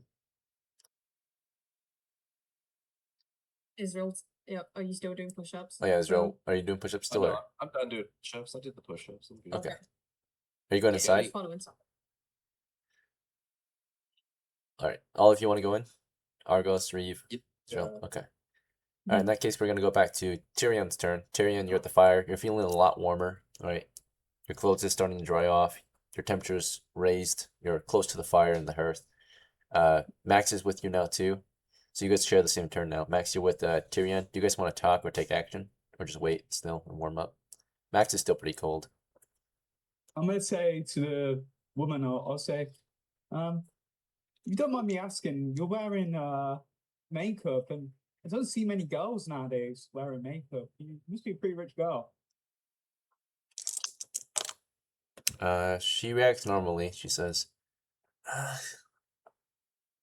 "Yeah, I don't know. I just wear it because I like it." I ask her, do you adventure? Like, are your parents like merchants or something? Merchants, yep. Very beautiful. Oh, merchants. Wow. It's a good job. I'm gonna say to her, let's point moves. I'm gonna say, find you very beautiful, and next time I'm back here from clearing out some ruins, I want to take you out. Okay. She says, Gosh. something neutral, not bad or good. She's like, she doesn't accept or anything, but she's like, "Oh, thank you. That's really kind of you. I'm not really looking for anything at this time though, but maybe next time." Ask one more question. I say, as we're entering the tavern, did you see that hooded guy outside? Do you perhaps know him? He's smoking tobacco. Seems to be a lot of rich people in this town. She reacts negatively. She says, she has maybe anger toward that guy. She's like, "Oh, that guy? He's an asshole. I wouldn't talk to him if I were you." I say, oh, why is that? Can you just elaborate? Something you do want to hear, maybe. She just tells you, well, he's one of those adventuring types too, I think. First thing he wanted to do with me is pay me for inappropriate activities, and I'm not that kind of girl. Oh, well, I say, yeah, you got to understand about us adventurers is, we're a lot more manly than most men. We're going to danger, so, we also have more urges, so. And, yeah, that's it, the conversation. Okay. She reacts normal to that. She's just kind of understanding, not good or bad. She's like, "Oh, I suppose," right? And she goes back to warming herself at the fire. Yeah. Okay. Well, there's a potential employee outside then, right? If he's another adventurer in the area, so or a partner at least or something, or ally. Well, besides that, back to Max. You are warming at the fire. Near you is Tyrion conversing with the pretty lady, right?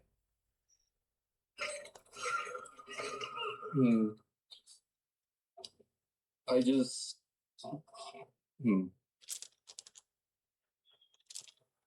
I don't say anything. I just keep myself warm. I don't know what to say at this situation, so might as well keep myself warm still. Yeah, just keep warming up.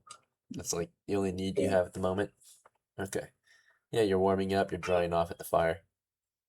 Back to Argos, REEVE, and ZRILL. You guys walk into the tavern at the same time. Yeah, there's a tavern guard. He just kind of looks you over, just nods you in, right? So it doesn't look like he really cares if you have weapons or not, but if you cause trouble, then there will be trouble, right? Anyway, yeah, you're inside. What do you guys want to do? Is there a? What do I smell? Do I smell tobacco? You smell beer, right? Like spilt beer, so the smell of alcohol in the air. You smell tea, so it's a mixture of tea and beer, and you also smell mutton, so you smell like cooked lamb, right? Smells pretty tasty. Roast meat, right?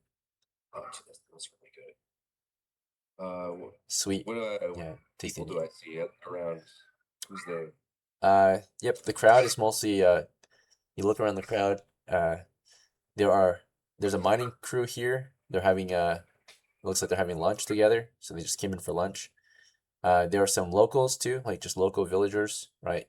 You don't know their occupation, they're just wearing village clothes, right? Maybe they're here for lunch too, looks like. You've got some travelers too, some people that don't look like they're from around here, particularly there's a beautiful lady seated at the fire. There's a couple merchants look at the bar, and of course there are fellow adventurers, Tyrion and Max at the fire too, right? Yeah, I'll talk to the hooded guy. The hooded guy's outside. He was smoking tobacco. Yeah, I want to like realize there's nobody of interest here. I'll go back to town. All right, you head on out, back into the rain. You're pretty cold still and wet.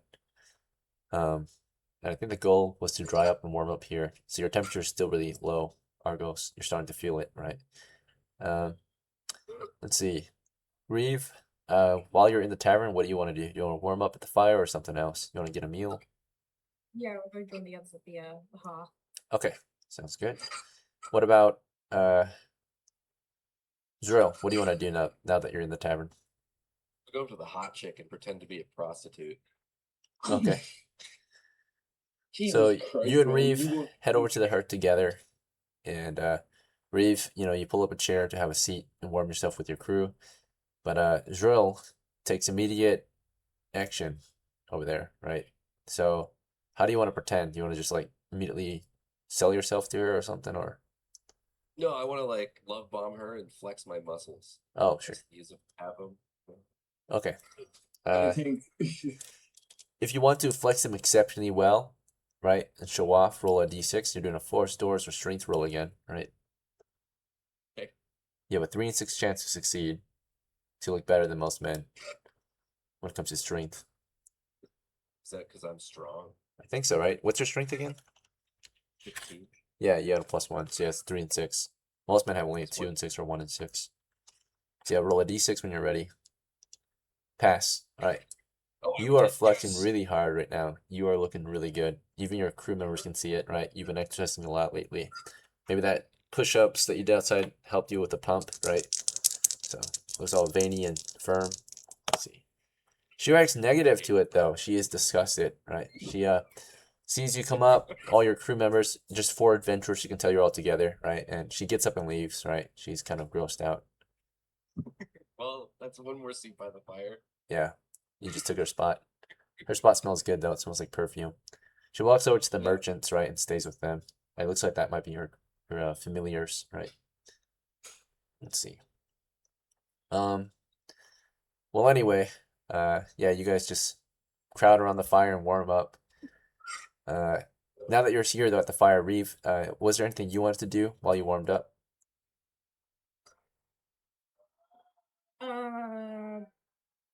Fact. Get just like a little tankard of water with one copper. Okay, go ask for some water. Yeah, I've not had it. Wait. Can I pause? Can I stop it? She's trying to buy some. Yeah. I mean, yeah, you can share some water with him. I was gonna say, I'm gonna buy anything.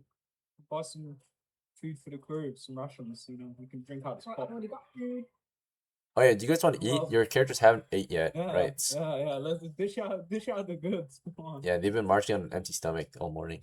So, I've got 9 pounds of rations. you guys want But to eat I'll up? happily Yeah. share those out. Great. Okay. Yeah, we'll eat. You guys have felt your stomach grumbling, right? Your a lot of pain in your abs, right, as you were marching. So you start to fill up on, a pound of food, right? She pulls out pickled meat or vegetables, I mean, salted meat and dried hard bread, things like that, right? Rations. You all get a pound to eat then, your little Lunchable.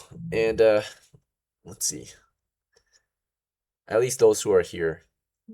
Let's see. Time wise, we're Now. yeah, you lose you're gonna lose since we have 5 crew members, you're gonna lose like 4 because Argos is not eating with you guys right now. So Argos still needs to eat at some point. You know the whole crew was grumbling all the way, right? Like even if they didn't say it, their bellies you could hear it, right? In the rain. Almost like people like grunting from the hunger, right? Imagine just waking up and going on a 5-mile hike with no breakfast. Kind of hurts. All right. Well, we'll take a 5-minute break. We're at 1.5 hours into our game, so come back in 5. God.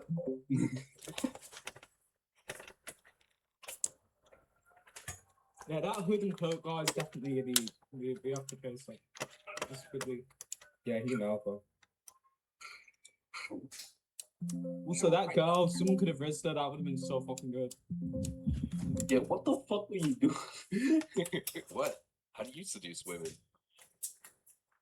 Well, Talking not to them. that. Yeah, well, I mean, I did say I was Not gonna. silently showing up and flexing some muscle. I was love bombing her too, but he only rolled. It doesn't work. It totally works. Evidently not. Works with modern e-girls, right? Doesn't work with girls with standards. So I don't know, man. If their standards are big ass muscles, maybe it does. yeah, I mean muscles work. I mean, most people are quite lean back then. I mean, it's a solvent. So Yeah, Yeah, dude, pretty we're hungry. jacked compared to the average citizen. well, Jack just very lean. So oh yeah, your character's quite Jack too. I remember. 15. Has he got high con too? Yeah, I think it was. How many hit points? I think I rolled 3 on the dice. Yeah, so he's quite like. Yeah, he's quite like jacked and raw. Trouble. wide. Yeah, Help. yeah, that's really nice. All My mine character, was a re- except for one. dude, I got terrible con and I got 1 hit point, so I was like, but I got a decent charisma, so I was like, alright, I'm calling myself TYRION. Yeah, I've got an 18 in con, and I don't think I have a single thing over 10 other than that. 18 in con? Fucking yeah. In my I've only second had one. 18 once. No, one time. I've got not 9 strength, 8 intelligence, 11 wisdom, 8 dex, 18 con, 7 charisma. I'm just really healthy. That's the only thing I've got going for me.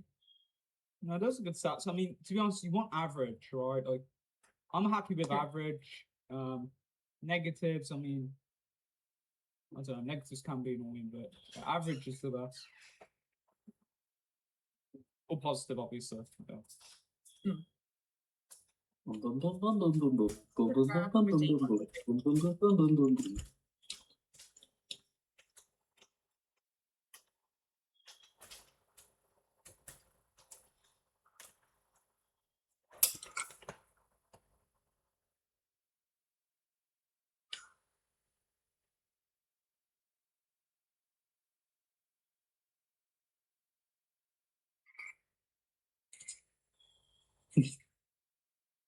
flex on really flex on her, rolled really good, but at the same time she's disgusted. Yeah, I'd be damn. She doesn't like it, I guess. She has bad taste. She's probably gonna go.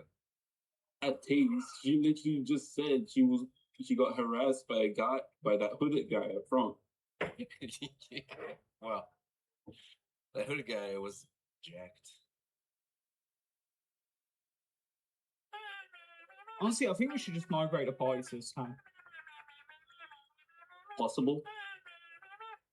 Yeah, because you have the runes to the northeast, and then you also have the skeletal runes, and you need like 2 tiles or whatever. So, those skeletal runes. Plus, Bean when she gets the holy symbol, we can go to the skeleton because skeletons count as undead. Obviously, Yeah, we need the cleric. I mean, we have a cleric, don't we? Yeah, Bean is a cleric. Yeah, but they're not level 1, so I'm a useless You don't- class. So cleric's a good class. Quite a good class. You double up fat as a cleric also. So Bean never has liked that go for her. All right, So terrible. gentlemen, ladies. It's been roughly 5-ish minutes, so let's get back into it. We left off with your party in Togen, right? And for the most part, we were just kind of hanging out at the tavern. So let's continue from where we left off. I think the next person's turn was going to be Argos, right? So Argos, you're outside the tavern, and you went out to talk with the man smoking the pipe. Well, by the time you get out there, we'll see if he's still smoking his pipe, actually. So he is yes, doing the same thing. He's still smoking his pipe. So he doesn't really react to you. He's not friendly or mean. What do you want to do or say to him? Yeah. I'm gonna say, hey, come adventure with us. He says, he's not sure. He's like, who's us, first of all? Sorry, what does he say? He says, who's us, first of all? Me and my crew, 5 people. He kind of shakes his head and says, sorry, I'm not looking to join a crew of amateurs. Damn. We're not amateurs. We've lived a long time, but trying to find success here. Maybe you can lead us. Direction is neutral. He stands his ground. It's like I said, I'm not really interested. Okay, well, what if you get half the treasure? Huh? He laughs, flips you off, and says, he just kind of says, fuck off, right? And walks away. He leaves. Okay, bitch, bye. And I go inside. Okay. All right. Well, let's see. Yeah, he reacted normally to that. He just continues on his way out of there. Let's see. Yeah, and you go inside. Unfortunate reaction. Let's see. Someone's got background sound a little bit. So if you do, just mute yourself unless you're speaking. Kyle. It's Kyle. Yeah, he's playing Dying Light. Let's see. Well, back in the tavern, we're gonna go back to Tyrion's turn, or actually everyone that's at the fire. So the majority of the crew is warming at the fire. It's actually all 4 of you, I think, now. And I think Tyrion last was gonna maybe tell Reeve to buy something else, and then it ended up taking out rations and having lunch, right? So your whole crew eats lunch at this time. But besides eating lunch, is there anything else you guys want to do or say while you eat lunch? I guess it's we've been sitting here for like an hour or 2. Does the rain get worse or like better, like less rain or more rain, or does the rain change at all? Every hour there's a chance it might change weather. Let's see.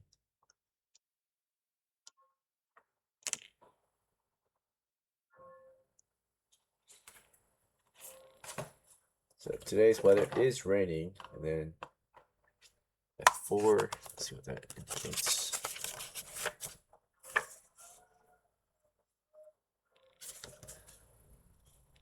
Let's see. Yeah, it seems to have calmed down, right? It's become a lot more gentler outside. The rain has stopped, fortunately. Oh, great. Yeah, it's just cloudy now. All right, well, yep, weather is good now, for now. Guess after we eat, drink and things, I'm ready to leave and head to the northeast rooms. Yep. Argos, you want to go in there and get some food too? The crew can wait for you to finish Yeah. eating, I think. Well, let's say if you all, okay, before he actually comes in to eat with you guys, and as Tyrion thinks about the weather while he eats, Max, ZRILL, and REEVE, is there anything else you guys want to do while you eat before we pass the time?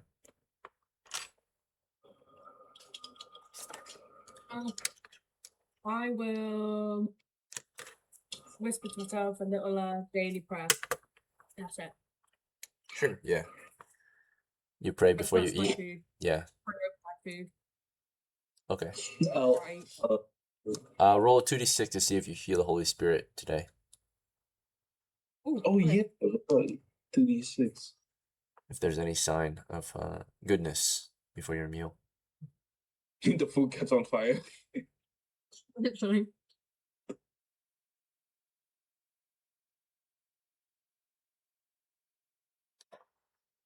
Roll 2d6 when you're ready. REEVE. Oh, me. Yeah. Sorry, my Yeah. mistake.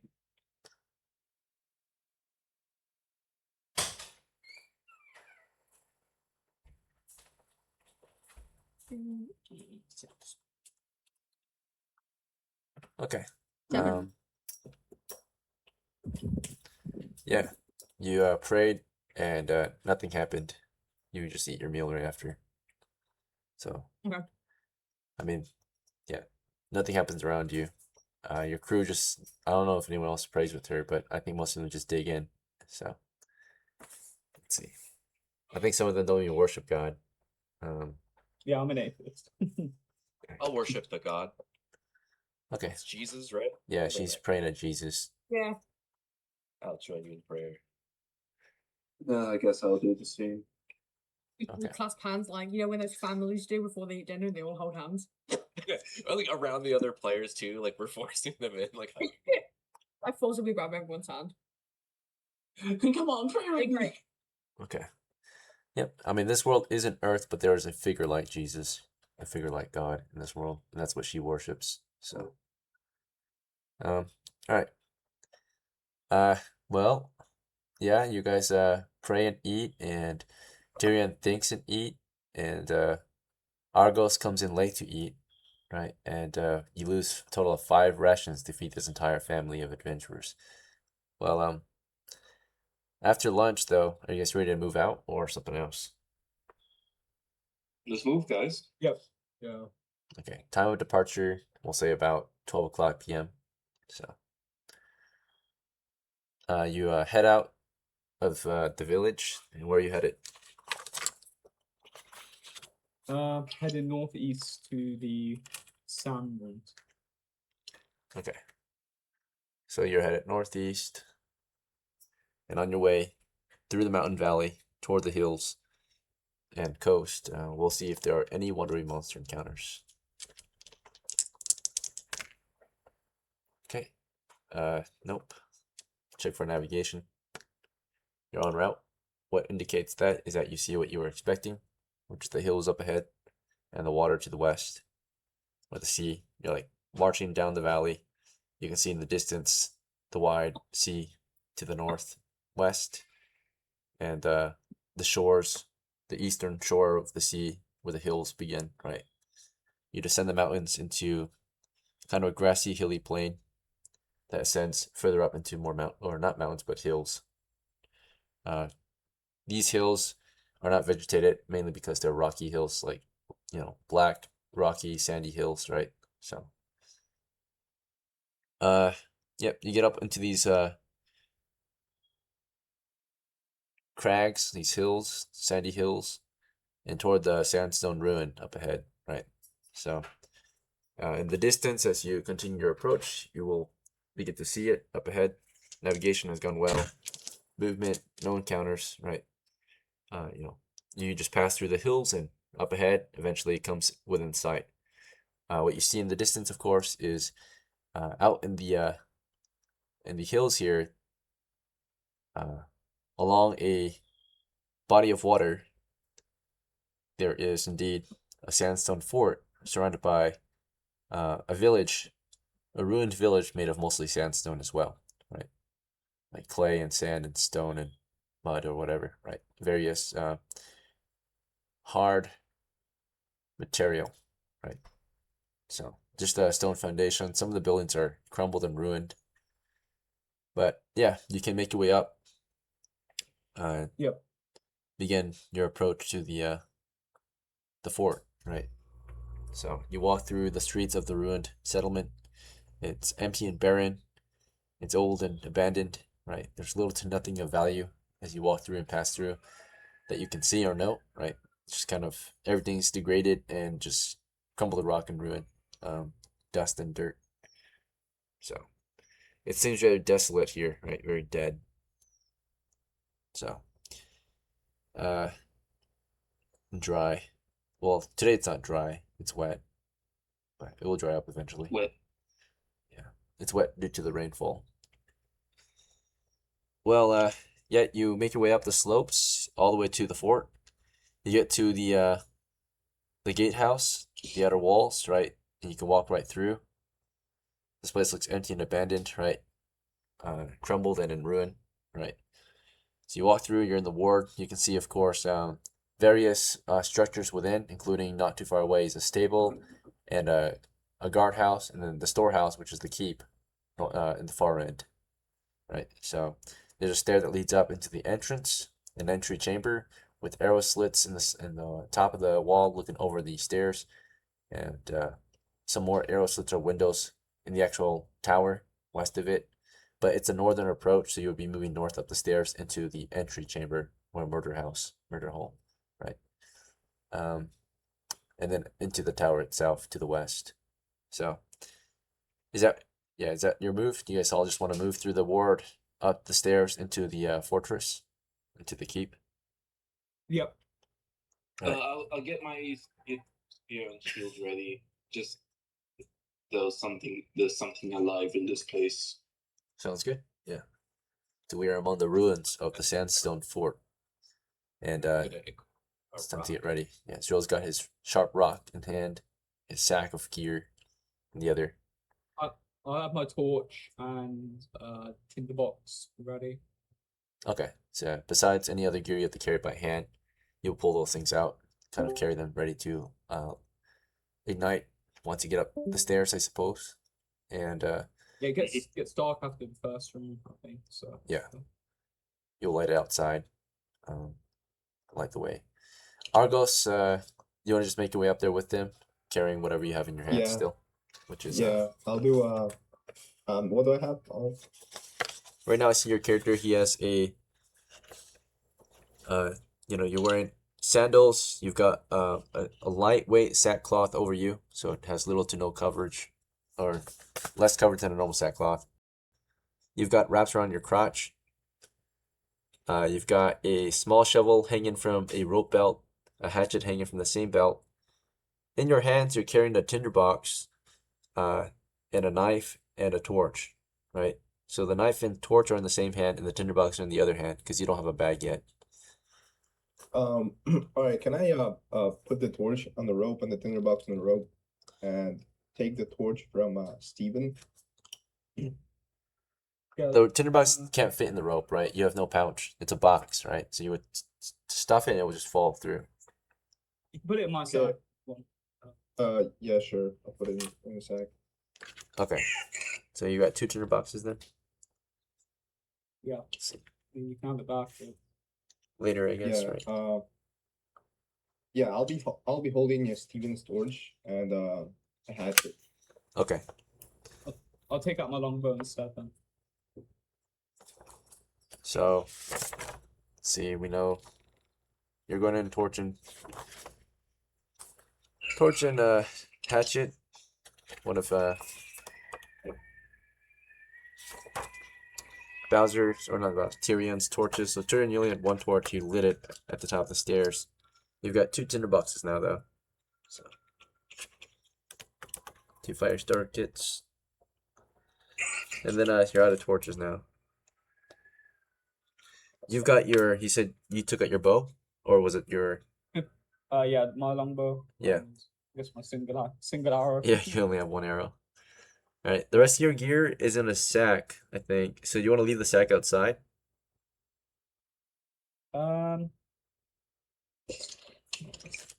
Yeah, I mean, I may as well. I'll leave it in the first room actually. Okay, drop it off there. Yeah. Let's go all your supplies, your bottles, your beer. You drank the spring water, so you have no more spring water. Well, slow me down to get this battle. So Yeah, you're just going in with bow and arrow. Then leave the sack of gear behind. yeah. Okay. Let's double check with everyone else then. So we know what Argos is doing. We know what Tyrion's doing. What about Max? Before you go in, do you want to just ready your spear and buckler? Yeah. And then the same hand as your buckler, you can hold onto your sack, which has your stones and sling. Or sling can hang on your belt or wrist. So yeah. I'll hang on my for like my when I'm holding my shield. I'll keep the stone. I'll keep the bag that has. I'll hold on to the pouch, and on my other hand, where I'm holding the spear, I'm putting the sling on my wrist so I could use it as quick as possible. Sure, yeah. So sack and shield in your left hand, and spear and sling in your right hand. Yes. Okay, good to go. As he does that, to get ready before we go in, let's see who's next to get ready. It's gonna be ZRILL. ZRILL, do you want to leave your sack of gear behind, or you want to bring it in? It's pretty I wanna heavy. I want to take some things out of my sack, like the pot.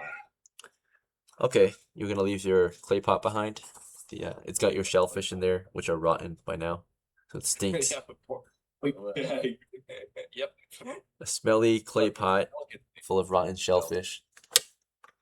Maybe that's why they girl ran away. Yeah, your character smells pretty bad.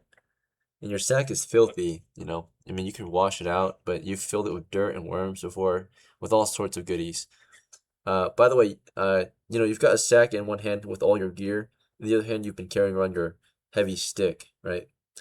You've got 2 sticks, by the way. You've got a heavy stick that is 5 feet long, and you've got a 10-foot normal stick. Did you know that?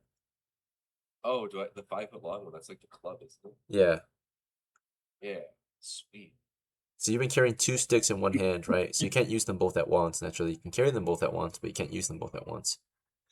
I'll offer one to someone. Does anyone want a 10-foot stick? Any takers? Nope. Leave it Just gonna behind? leave it behind. Yep, Alright, so behind. leave the 10-foot stick behind, leave the clay pot and the rotten shellfish behind. Anything else? What else do I have in there? I think that's it. Like a tackle box, stuff like that. I think that's it. Tackle box in your sack, but you're taking the sack with you, right? So Yeah.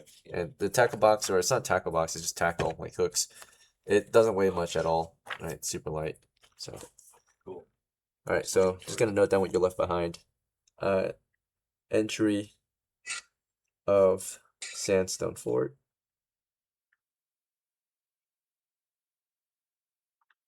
You're leaving, of course, your clay pot, rotten shellfish inside, 0.3 pounds.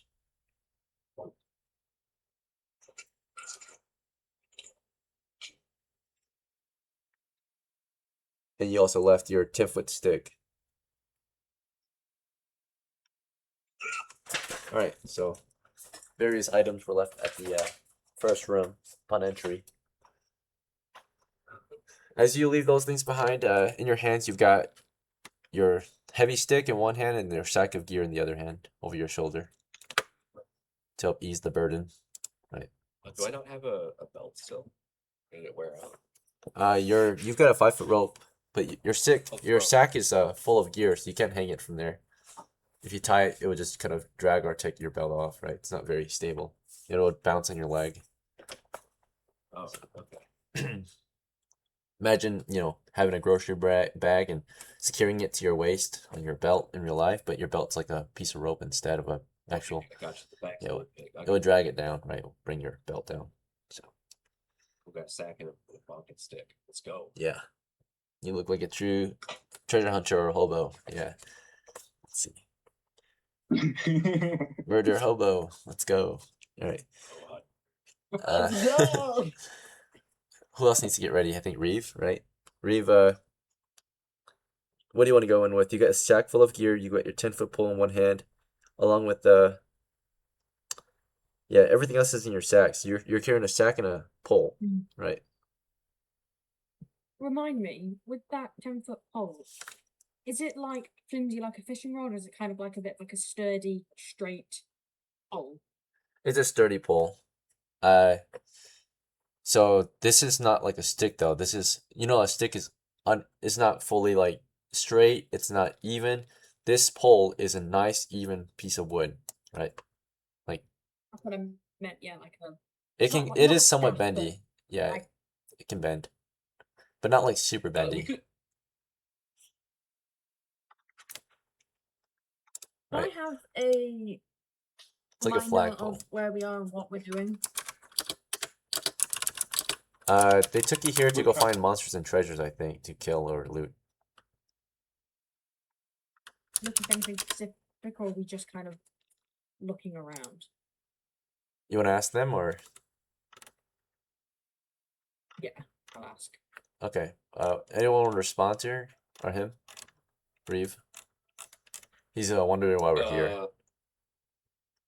We're here to find treasure. That's your job.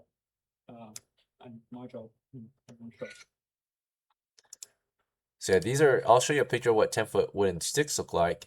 And 10-foot wooden poles are very similar. It's just that they've been like naturally refined, right? Processed. So this is a 10-foot stick, a bunch of them, right? Very easily acquired and crafted, right? Oh, right. And then a pole is just the same thing basically, but refined. Right, so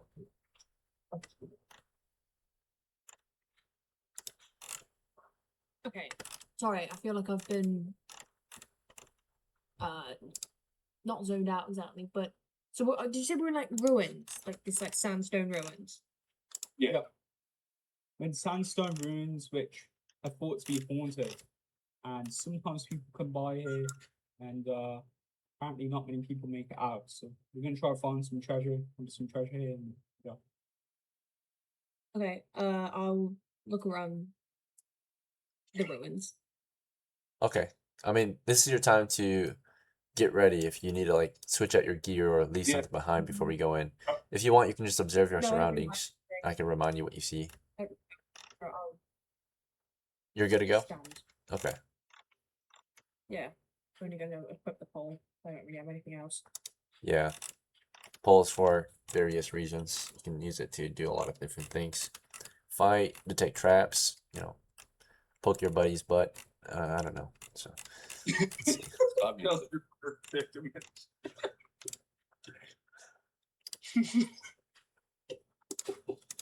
Yeah, just some 10-foot poles.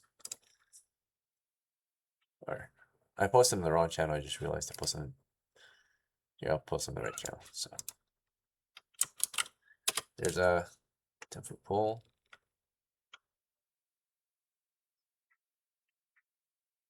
Okay. Yeah, those are like refined ones, I think. Like ones that have been shaven down, cleaned up.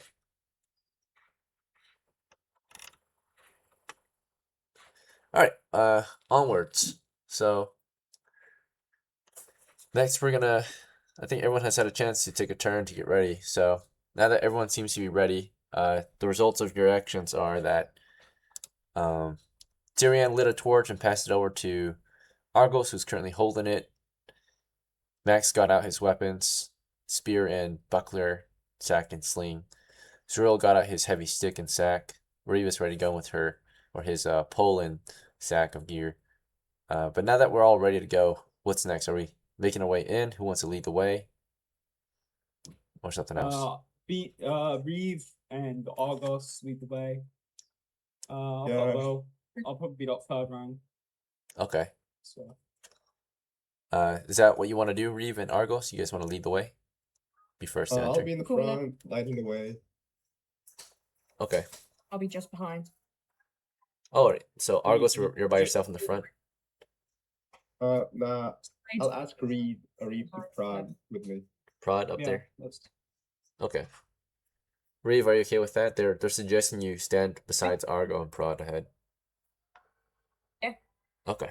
So Reeve and Argos in the front.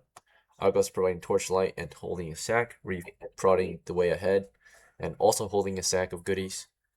ZRILL left his sack of goodies behind and actually is just going in with a heavy stick, maybe, right? Oh, I kept my bag though. I just Oh yeah, emptied it. you just yeah, that's right, you emptied it. I think the only one that dropped their sack was TYRION, right? So I left it in. I'm leaving it in like the first room. yeah, the entry next to the other gear, sure. So Yeah. yep, your sack and every supply or all your supplies that is in it is left behind. All right. So it looks like yeah, Reeve and Argos lead the way, followed by Max and ZRILL, and then third is TYRION. Yeah, you should guys check the floor, please. I mean, I'm being dead ass. Just please check the floor, please. All right. So With the upon stick. entry, do you guys want me to draw you a map, or do you guys want a map on your own? If you draw your own map based on the descriptions, you guys will move 3 times faster, right? You'll explore 3 times faster. So that means there'll be Yeah, less draw our own. encounters, right? Yeah, we're mapping our I own. will Okay. try to do that. You'll make progress faster, so there'll be less encounter check. You'll be able to cover more ground before a possible encounter. So, all right. In that case, yep, you're mapping your own. So I'll describe what you see, and then you can draw it as you please, and then make movement from there. So, looking into the entrance, it's a 10-foot by 10-foot chamber. So to the west, you can see that that's the only way forward. But in the ceiling, you can see there are murder holes, right? North and east wall are plain, right? As expected from the outside, you see that this chamber, the entry chamber, is kind of it's kind of an extension chamber, or it's like it's a murder house, right? That leads into the actual tower, right? So a guard house to some extent, right? The gate house, whatever you want to call it, it's a murder hole, right? Or entry chamber. So if you were to cast a defender, of course, at some point, you'd be manning either the top of it, or you would be in the upper level of it. Naturally, access into this upper level would be from the rest of the castle, more than likely, right? So you wouldn't be able to enter it from anywhere near here. You would only be able to enter the murder hole area, which leads into the actual tower, right? So the chamber is empty, though, for the most part, aside from the gear you left behind, and it continues west into What way are we entering the tower from? Just so it's yeah, the entrance is on the south side, so you're going north into it. so we open. Okay. Yeah, so let me print out another grid paper real quick. 1 moment. This grid paper that I will be printing out is simply an empty one for it's a graph paper. Yeah, just for positional use. So I won't be drawing on it. It'll just be an empty one. Okay, just a moment. Give you a base idea of what's going on. It won't be a map drawn. It'll just be for positioning purposes.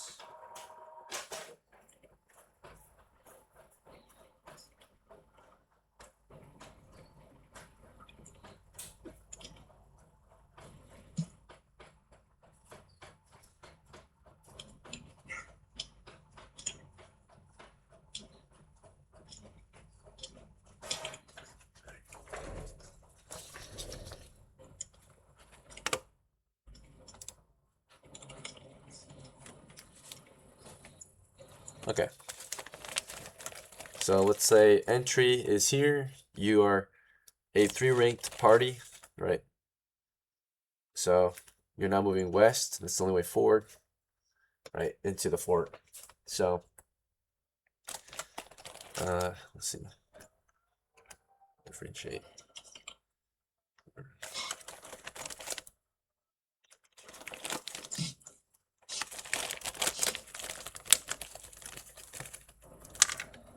So we went north, and then there's like a town west. Yeah, I'm just trying to get the same figure out so we know who's who. So this is your party, right? You're going west into the next area, which is a 20 by 20 tower area. But let's see.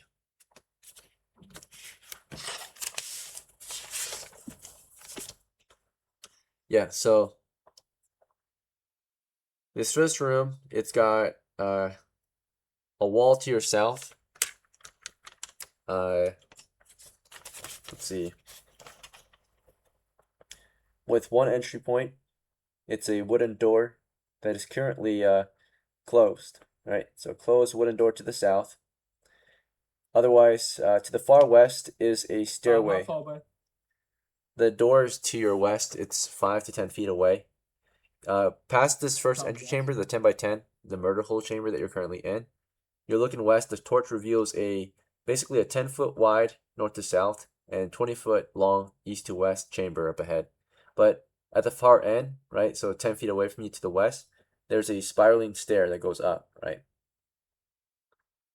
Spiraling stair that goes up into the higher levels. Otherwise, there's a door to your south, right? So directly to your south on the eastern side of the south wall of this 20 by 10-foot chamber is the only other exit. So you got the stairway and you got this door to the south.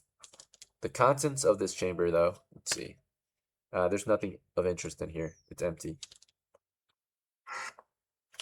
Okay.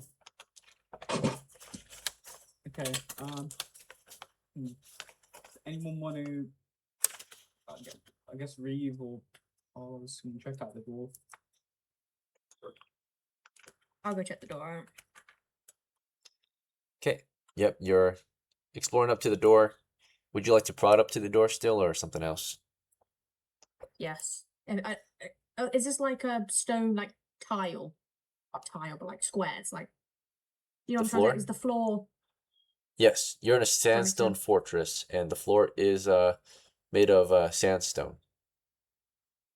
I will Pretty check solid ground. I'm trying to walk in one line, and I'm gonna poke every what's the word I'm looking for?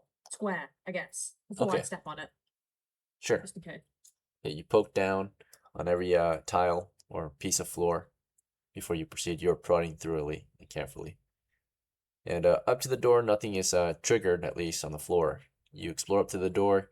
As you're doing that, beside you is Argos. Argos, do you want to just follow along with her? Or I mean, with him? Or something else? Nah. I'll check for secret doors on the north wall. North wall? Okay. So you look toward the north wall and you start to observe it, or do you want to pat it or something else? Yeah, I'm gonna pat it. Okay. That's the more immediate way to find one, but also more dangerous, right? Let's see.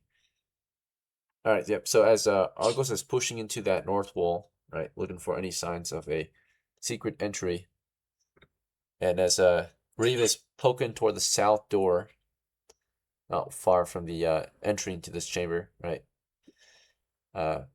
What does second rank do? ZRILL and Max. You were right behind them. Do you want to follow them or something else? They're splitting up. One's going north, one's going south. Guess I'll go north. I like north. Okay. So you'll go with Argos. He's pushing into the wall there. You want to push into the wall with him? Sure. Okay. You guys push against the north wall together. So if we were to say, imagine like this is a 5-foot scale now. Let's say every square is 5 feet. The group was like out here somewhere, right? We had a 5-man team. So let's see. Alright, so if the group was a 5-man team, we enter. 2 guys check that north wall. At least one is checking the south door, not far away. The others are still in the other chamber. Well, we'll see if they continue to do what they're doing. So, Max, do you want to enter the next room with them and start checking things out too, or something else? I like to go. Wait. Yeah, I would like to check it out. Okay, so what do you want to check out though? South. Okay. You see a door to the south, and over at that door, of course, REEVE poked up to the door. Might be opening it soon. You want to go with him? Yeah. Okay. I'll go like at the side of the door, just like near the entrance. Okay. Yep. You go to one side of the door near the east, right, where you came from. And then what about TYRION? As the crew is carefully moving in, half of them are poking against the north wall, half of them are checking out this door to the south. What do you want to do? I'm gonna watch our rear, but I'm gonna be keeping like an eye on Reeve and the door, I guess. So your rear is east, they're to the southwest. So which way do you want to watch? Oh, okay. Yeah, I'll just watch the rear. Back outside? Like toward the door? Yep. The entrance? Okay. Yep. All right, sure. Yeah, I am wearing though. So. Yeah. We'll start with Reeve's group. Reeve, you poked up to the door, you got to the door now. What do you want to do now? You want to open it or something else? I'll open it. Open it? Okay. Roll a 1d6 to see if the door opens. Right. You grab at the handle. Are you pulling or pushing? I push. Okay. Roll to see if it opens. 1d6.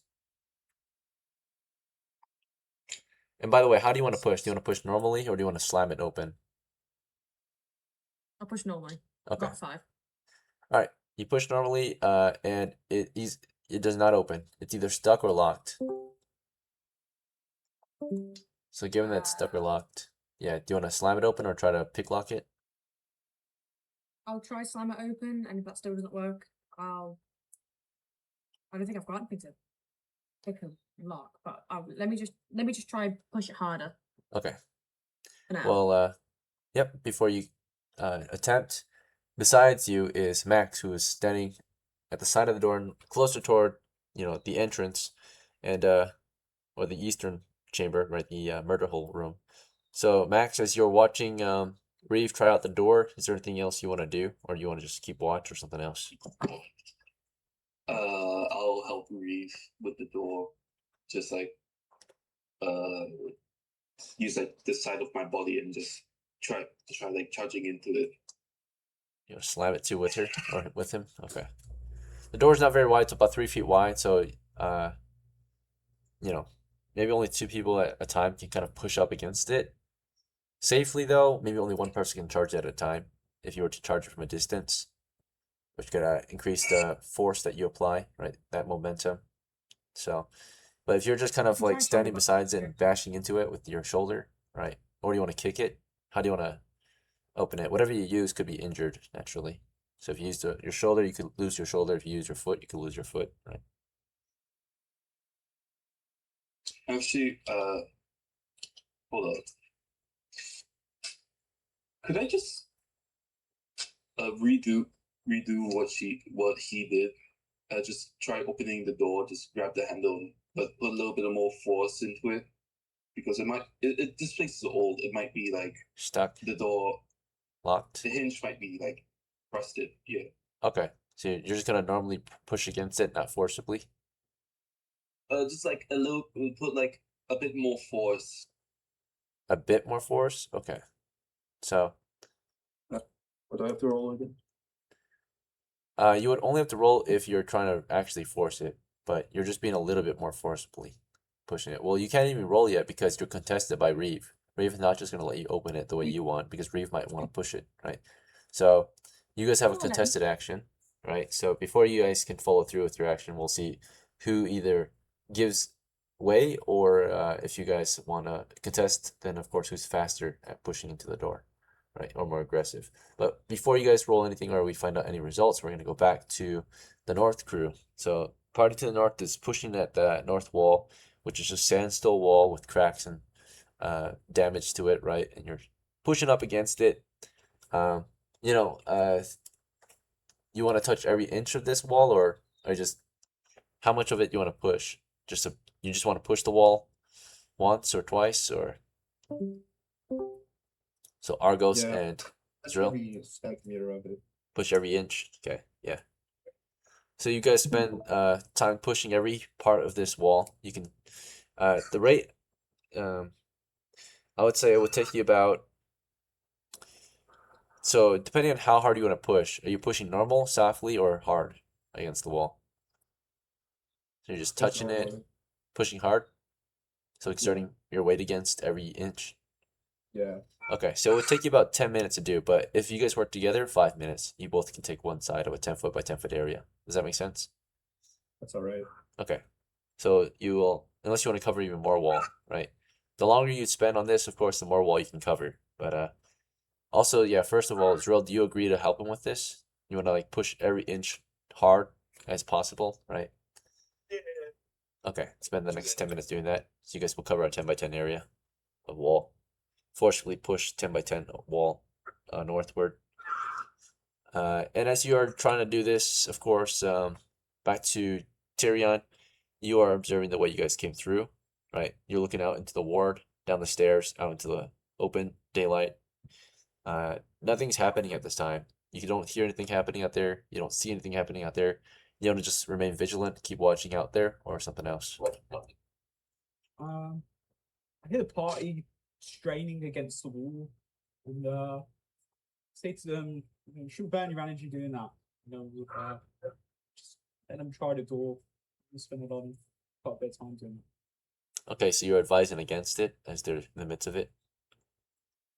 I guess so. I mean, with the structure of this place, can we assume there's anything behind it? From the exterior, it didn't look like. The tower was a 20 by 20. So if this is the northeastern Yeah. room, it would push out into the outside, if that makes sense. Or into a guys, thick I wouldn't- wall. Yeah, probably save energy. Yeah, I was just trying to be a little bit useful. Okay, Yeah, that's fine. push into it Let's anyway, go just in to the- case. You never know. Alright, well, back to the south crew. So, REEVE and Max, right? So REEVE, you were about to push the door in, but Max gets in your way for a moment and wants to just grab the handle and push it in, right? Somewhat forcibly. Do you want to make space for him, or do you want to try to get there before him? This is for REEVE. Brief. Oh, sorry. Your move. Yeah. So you see Max is trying to also open the door at the same time you're trying to push it. Mhm. Do you want to just let him do it, or do you want to push it anyway while he's trying to open it? Yeah, I'll let him give it a go. Okay, so you step back and yeah, Max, you get the handle then. All right, she makes space for you. Seeing that you have a contested action, she doesn't, or he doesn't get in your way. You grab the handle, you want to just push somewhat forcibly or actually forcibly? Somewhat forcefully. Okay, so somewhat forcibly just means that you attempt a failed force doors check, right? So you just automatically choose to fail. So you force into it, but so you do like forcibly push it, but not to the extent where it would actually open, right? You kind of like push some force in it, like trying to like see if it gives, right? So you definitely do force your weight against it, but not really to open it, just to really I guess see what happens if it does open or not. Because you're pushing it, you're kind of, I mean, your goal is to push it open, right? But you don't want to push it forcibly, it sounds like, or you're kind of pushing it harder than normal, but not actually hard, right? Or is that what you plan to do? Yeah, so firmly kind of push into it, but not aggressively, right? Just putting your body weight against it. So yeah, not doubling your body weight, just a normal push into it and see if it opens. Yeah, it does not open. It's either stuck or locked. You press your body against it, you lean into it, and it does not give. It's either stuck or locked or blocked, right?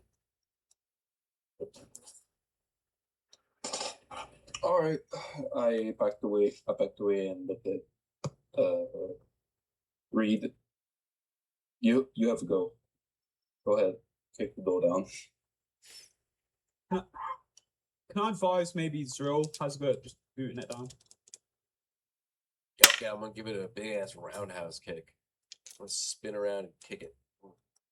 Big ass foot. Okay. Well, yeah, you will advise him to do that, but before you do, yeah, REEVE, you watched Max pushing into the door. It didn't really work.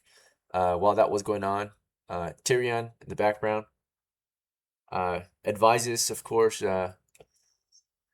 ZRILL to kick it in. ZRILL, you were checking the wall still, but there hasn't been enough time passed yet, right? Because their move didn't take 10 minutes. Their move takes a minute or so. So if you do decide to kick in the door, you will not follow through with your action, right? Which was to take 5 minutes to push against that north wall. Does that make Why sense? are we pushing at this north wall again?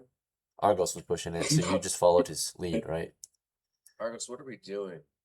Argos, you still want to push? We're just wasting some time.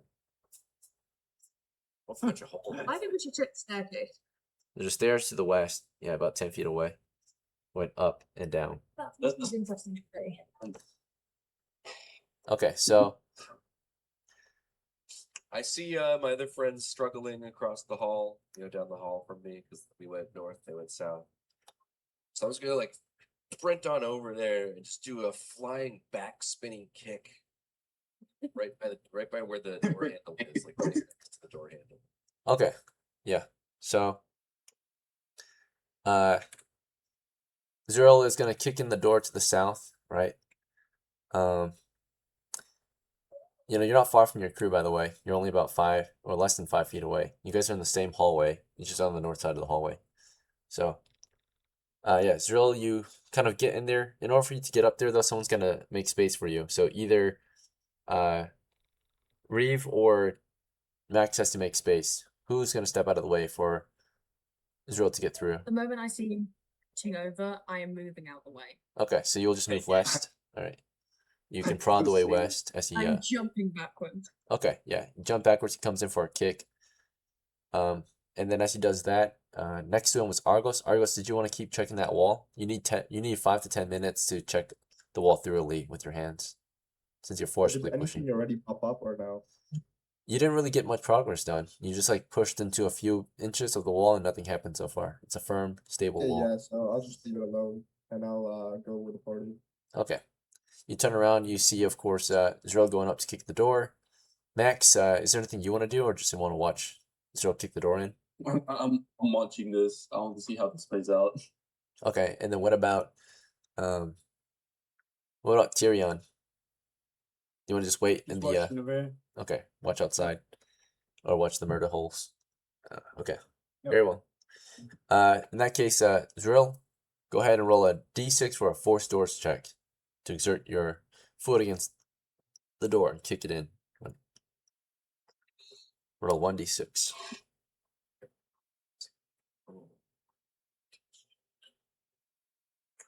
Hey. Ooh. Yes. You did it. Okay. Did it? Yeah. Sweet. Okay. So, yep. So basically, you kick in the door, right? And a vase inside shatters. It sounds like smashes against something else, right? And there's a big explosion, right? So, those in the 10 foot by 10 foot area, you're gonna make a saving throw versus poison, right? So roll 1d20. This includes the characters REEVE, Argos, ZRILL, and Max, except TYRION, who's in the other room. It was trapped. It's a 1d6. Yeah, it's a poison gas bomb, or yeah, poison gas trap. So yeah, you all roll a Is it d20. 120? Actually, before you roll your d20s, there will be a. Actually, Argos, you have a chance. Not Argos, sorry. ZRILL, you have a chance to not actually trigger the trap. When you kicked it in, there's a slim chance that the trap didn't go off. There's a 1 in 2 chance that you kicked it in a way that the trap didn't actually break. So, like, didn't trigger. So, roll a d6. There is actually a slight chance that he doesn't break the trap or trigger it upon kicking the door in. So, ZRILL, if you've passed this check, no one has to make the saving throw. Right? You slam the door in, it does open, but it was trapped, right? So, roll a d6 to see if you trigger the trap, Mr. ZRILL, when you're ready. Yeah, a 1d what? 1d6.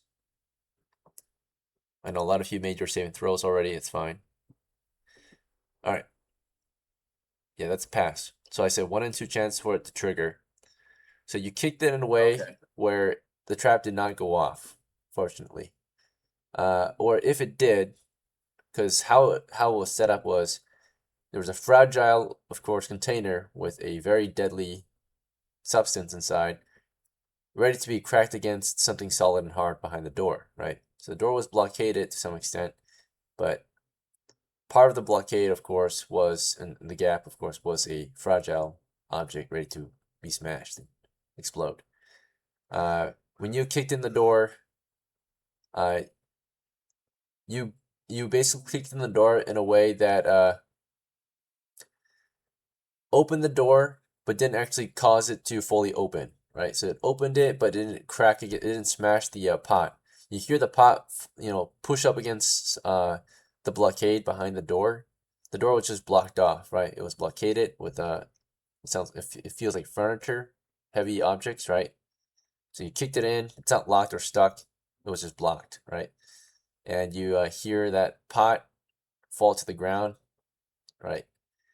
But yeah, that's your chance of survival here. I give you guys at least a chance to not trigger the trap. Typically, actually, it's an automatic failure, right? But we'll let the dice decide here.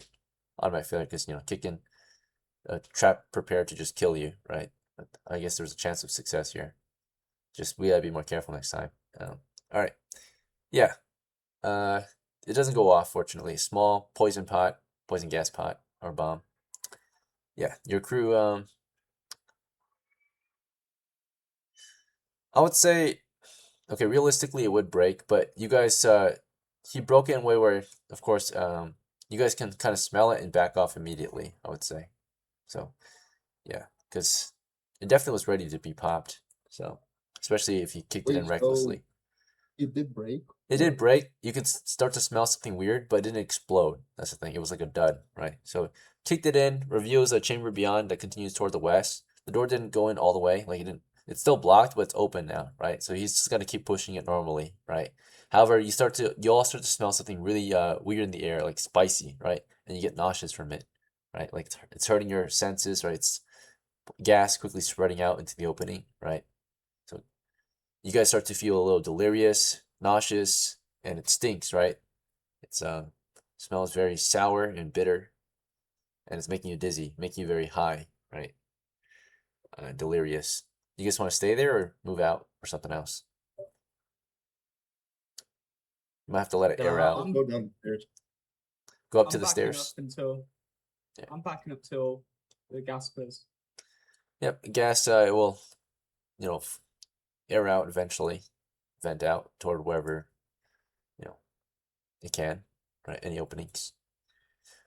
It's only strong and deadly if it's densely, in dense, compact areas. Right now, it's pretty dangerous since you're in a dense or a very compact space. But eventually, it'll spread out enough for you not to be too affected to it. But yeah, it's a strong chemical smell in the air, right? You all try to spread out from it. So to spread out, it looks like REEVE. The only way you can continue out of here is west, deeper into the castle or the fort, because all your guys are to the east, blocking your way out, right?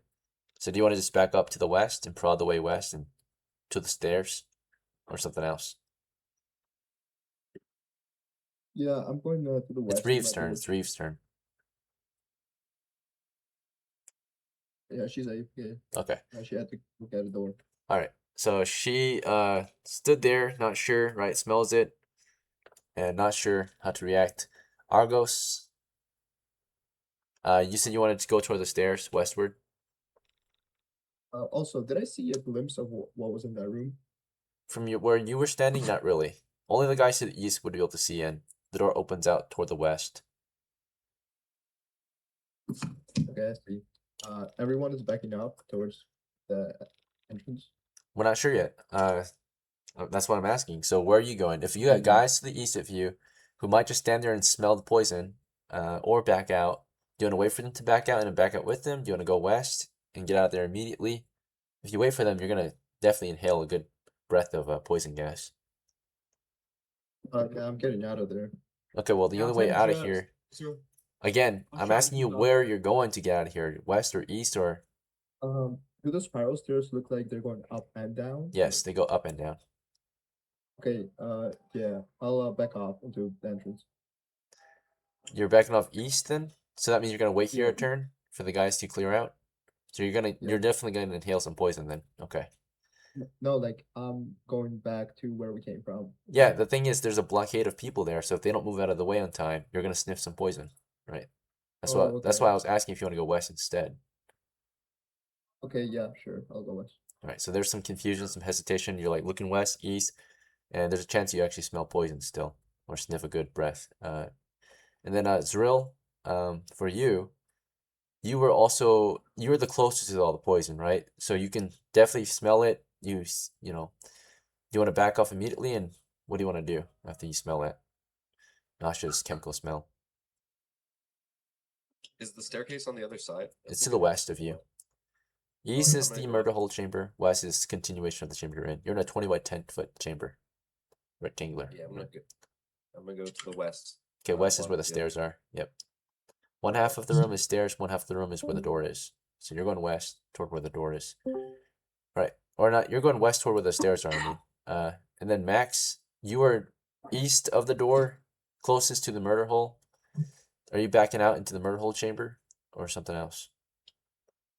I will go west. Okay. Up to going up. Toward the stairs. Mhm. Okay. All right. So yeah, the blockade of men are moving west, which will definitely prevent Argos from moving east, right? So Argos, you're pushing east, guys pushing west. You guys are just pushing against each other, trying to move, and you all get to breathe poison. TYRION, you're the only one who went east or out of there because you were already out. So, basically this turn, and let's see, REEVE, did you ever come back? No, sorry, there was a Yeah, so Amazing, as soon as the sick. door opened, and since it didn't explode, but poison gas did leak, right? It did break and poison spreads into the room. You all have a chance to resist it if you make the right choice. So you were west of the door, right?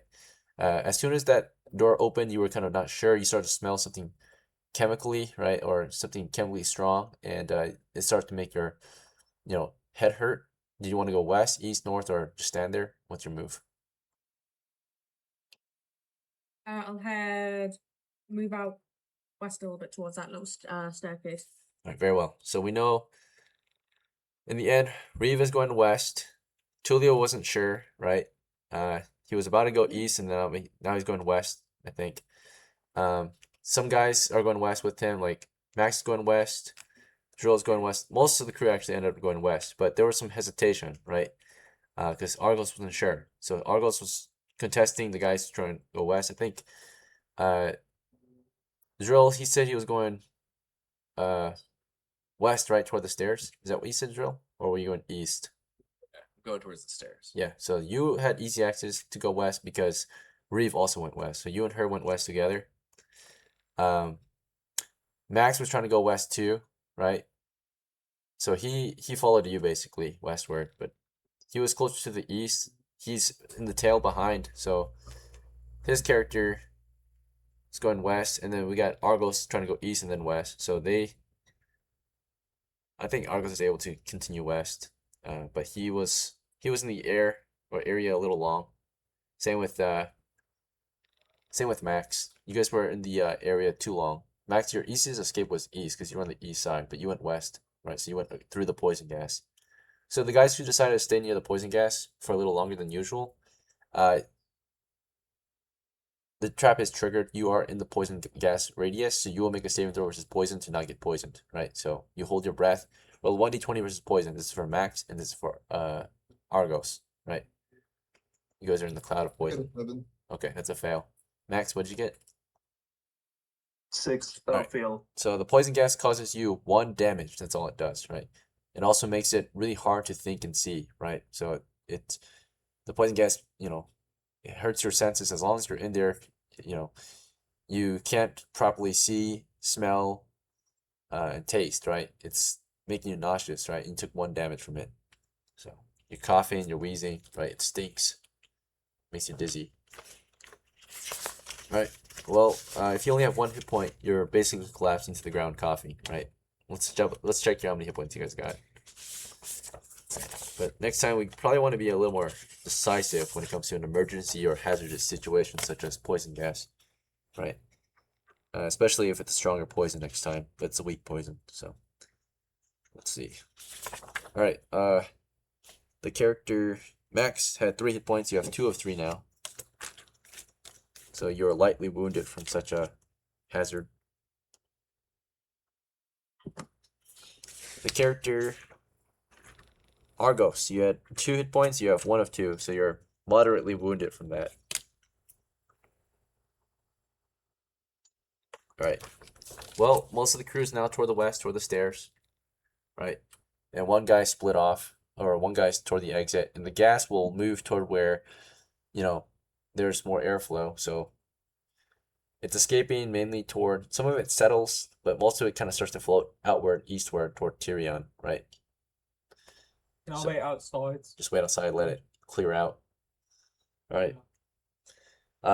Well, as Tyrion waits outside for the gas to, you know, disperse, the rest of your crew, what do you guys want to do?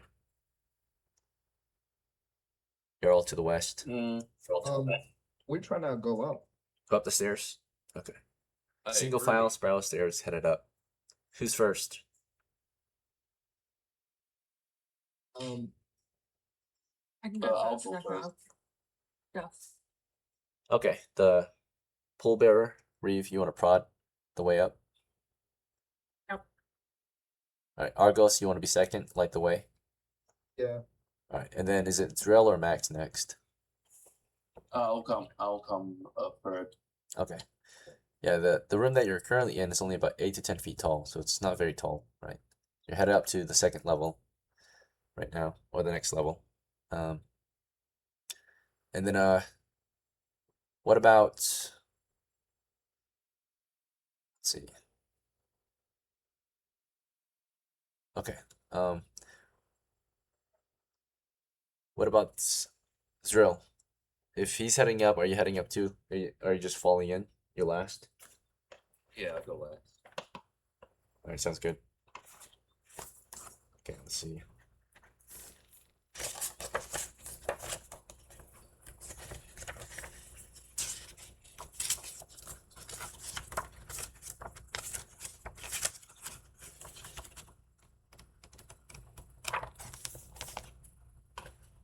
Next thing we're gonna check is contents up above. Let's see. Android book out.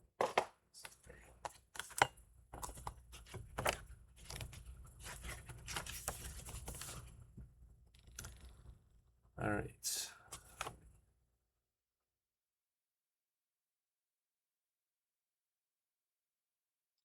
Okay. So yeah, you're headed to the you're already in level 2, right?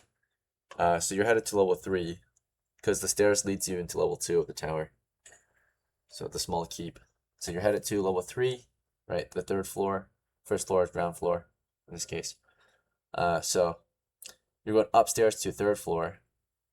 And point man is Reeve, right? So contents in the 3rd floor. Well, of course, the northwestern half of this room is the stair. And to your east is a wall, unlike the last floor. And the only way forward after this stair is further up or south. So to your south is another door, right? To your east are arrow slits, right? Or like murder or window holes, right? For someone defending this stair to attack from. So if you were in the chamber to your east, you could poke at people going up the stairs, right? So there's like arrow slits to your east, and there's another door to your south. Wooden door. Otherwise, the stairs goes up to the last level, which is the 4th level. There might be a level up above that, which is the ceiling level, right? The rooftop level, right? So, but yeah, you've got a door south. You've got wall with arrow slits to the east. You're in a 10 by 10 chamber currently. Can I, without like stepping into the room, like staying within the kind of like stairwell thingy, use my stick and try and like just pick the immediate tiles? poke the immediate tiles up the stairs or toward the door? From inside the room, from the stairwell. So from the stairwell, you want to poke into the room to your south? There's a door in the way, though. Okay, my map that I'm trying to draw might not be very accurate. Did you say that north, in the kind of like northwest corner, is where the stairs that we've just come up is? Yep, so imagine you're in a 10 by 10 chamber. Okay, imagine if we're doing a 5-foot scale on this map here, you're in a 10 by 10 chamber. You are closest to the next door. It spirals, right? So the rest of your crew is following behind you, right? And Right. on the east wall, you've got arrow slits on the way up. On the south wall, you've got the door. And then otherwise, the stairs continue to spiral up and up and up to the next floor, right? Or back down. So you're in a 10 by 10 area, right? It's just filled with spiral stair. That's it. Okay. So, yeah, And you're taking I just point. want to check the floor tiles and the The only floor available is stairway and maybe a bit of the door ledge where the door's at. You've already poked that though, and nothing happened. I'm too scared to go to the door because of the arrow slits. The arrow slits are to your east. So like if you were an attacker trying to get this door open, there would be people shooting at you or stabbing at you from the arrow slits, right? If there were defenders. Wait, how like arrow slits on both sides of the wall? Arrow slits on the east. There's no arrow slits to the south because that's where the door is. Where the door is the solid wall. There are arrow slits to the west. If you look through those arrow slits, that leads outside. Arrow slits to the north lead outside, so you would shoot attackers from outside the castle. There's arrow slits inside though to attack people going up the stairs, right? That's a lot. So Okay, 3 of the hold on. walls This have is arrow like- slits. 1 of the walls has a door on your way up. I have to admit, this is a really good defense of a place because they have loopholes, one which is the arrow slips. These two, this is a really good defense. Okay, I'll just head to the door. You're at the door already. Yeah. That's the question. Like you went up to the door. You can either continue up the stairs to the next level, or you can try to get this door open or something else. Right? You poked try up to the get the door stairs, nothing happened. You poked toward the Yeah. door, nothing happened. The door is shut. It's a wooden door. It's shut. I'll try to get it open. Try to get it open. Okay. Mhm. How do you want to open it? You want to force it? Do you want to just normally open, gently push it? Yeah, soft, normal, or hard push. I'll try to get it open. Carefully. Careful. Oh, slow then, or gentle? Yeah. Okay, to see if it's already like opened, basically, right? So, or loose, ajar, right? So a gentle push or pull would only open the door if it was already open, basically, like ajar. From what you can tell, the door is not ajar, right? It's closed. So a gentle push won't really do anything, right? Unless the door was ajar already. Does that make sense? Yeah, I'll try to do it a bit harder then. Okay, so a normal push or a hard push? Let's give it a hard push. Let's be Okay, brave. slam into it. Okay. If I go down, you're all coming down with me.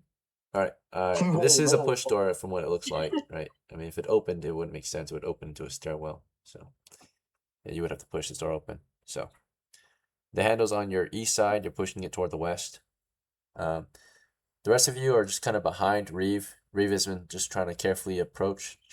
He's been trying to figure out how to advance. He's now working with the door. As this is going on, behind Reeve is Max, or not Rex, Argos. Argos, do you want to do or say anything while Reeve is trying to get this door open? I'll back up 10 feet towards the stairs and You're on the duck down stairs. a little bit. You want to go down the stairs, you mean? Like descend? A little bit, just so 10 I'm feet not would in be the back radius into of the wall. level 2, right? The stairs don't go Oh. very high. Like every level is about 8 to 10 feet tall. So if you go back down 10 feet, you would be back in level 2. No, I'm just gonna take a few steps down Okay. and crouch a little bit until the door is open.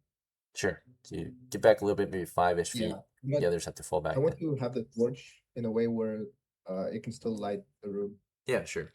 Yep, you're not too far away. You're lighting the way from an angle. And it's really dark in here. There is some light from the arrow slits though. There's dim lighting pouring into the stairwell, right?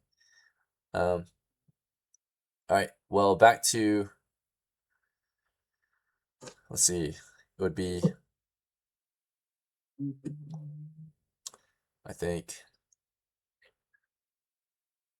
I think it's my turn because yeah, I'm Max. the one right behind him. Yeah. So you're behind Argos. He's backing up. You want to back up with him or something else? I'll step aside. Wait, this is like a 10 by. The staircase is quite big, right? Nope, it's very narrow. Just enough room. Only enough room for one Just person really to go up at a time. Oh. Single file. Okay, yeah, I'll back up. No wonder this plane. No wonder bandits don't like it here. All right, I'll back up one. I'll back up also just a little bit, giving the person in front of me more room. Okay. And in the far rear is ZRILL. Do you also want to back down? If you back down though, you either have to descend into level 1, or you have to go out of the stairs back into the chamber. Into level 2 Wait. chamber. I think I should do. Who needs my help the most? Well, most of the guys on the stairway are trying to go back down. So you either have to go back down too to let them come down, or you have to get off the stairway and re-enter the second chamber, which is the 20 by 10 with the gas. Yeah, I'll just go down then. Go further down? Okay. Yep. So you'll be descending into level 1. You would be like in the upper stairwell of the level 1 stairwell, right? So, Okay. all right. Back to Mr. TYRION. The gas is slowly clearing out. You know, it's still there. You can smell it. You can smell it airing out, right? Do you want to just keep waiting? Do you want to hold your breath and go in, or something else? Yeah, I'm gonna like walk around the structures. I'm trying to see if we can spot any like windows or maybe any other entry points, or maybe to like the basement. Maybe there's like a thing, or I don't know. Yeah, I'm just walk around the structure. Just check it out. Oh, you want to go downstairs and like observe the exterior? No, not downstairs. Like, look, because I'm outside the structure, right? I want to just walk around it and just Yeah. have a look. You're on the second floor outside stair, so I'm asking if you want to go down the stairs back to the ward and walk around the perimeter of the keep. To the key. Yeah, sure. Okay. Do you want to check the west, or do you want to check? You want to move west first, or along the south side, or east along, or north along the east side? I mean, the stairs are spiraling it down. No. You're not at spiral stairs. You're at a normal stairs. You're at the exterior stairs. So you're outside the fort right now. So Yeah. I'm just thinking about the spiral stairs. So okay. Say spiral down. I guess we'll check south along the south side. Okay. Try and see like, how this is like structurally built, I guess. Yeah, the exterior reveals the tower is roughly like maybe like 25 by 25 is the actual like keep, right? It's got 5-foot thick walls. The interior was 20 by 20 from what you could tell, right? But attached to it is the murder house entry chamber, right? Which has a stair that leads up to it into the murder house, which is attached to the actual keep, right? It leads in. The murder house is the entry chamber, right? The first chamber. I've got a question as well. Is there like a window on this sort of first floor that I can see? No windows on the first floor. Only on the second, third, and fourth has windows. First floor is like a basement level, so solid stone. Okay, well, I guess I'll just sit down, watch the birds fly until the gas goes. Sure. Back to REEVE, the one closest to the most action, point man. REEVE, you're trying to force the door open. Roll a d6 to see if you can slam it open. And what are you using to slam it open? Your foot or your arm or hand? Use my shoulder. I'll try to give it a bit of a barge. Okay. Yep.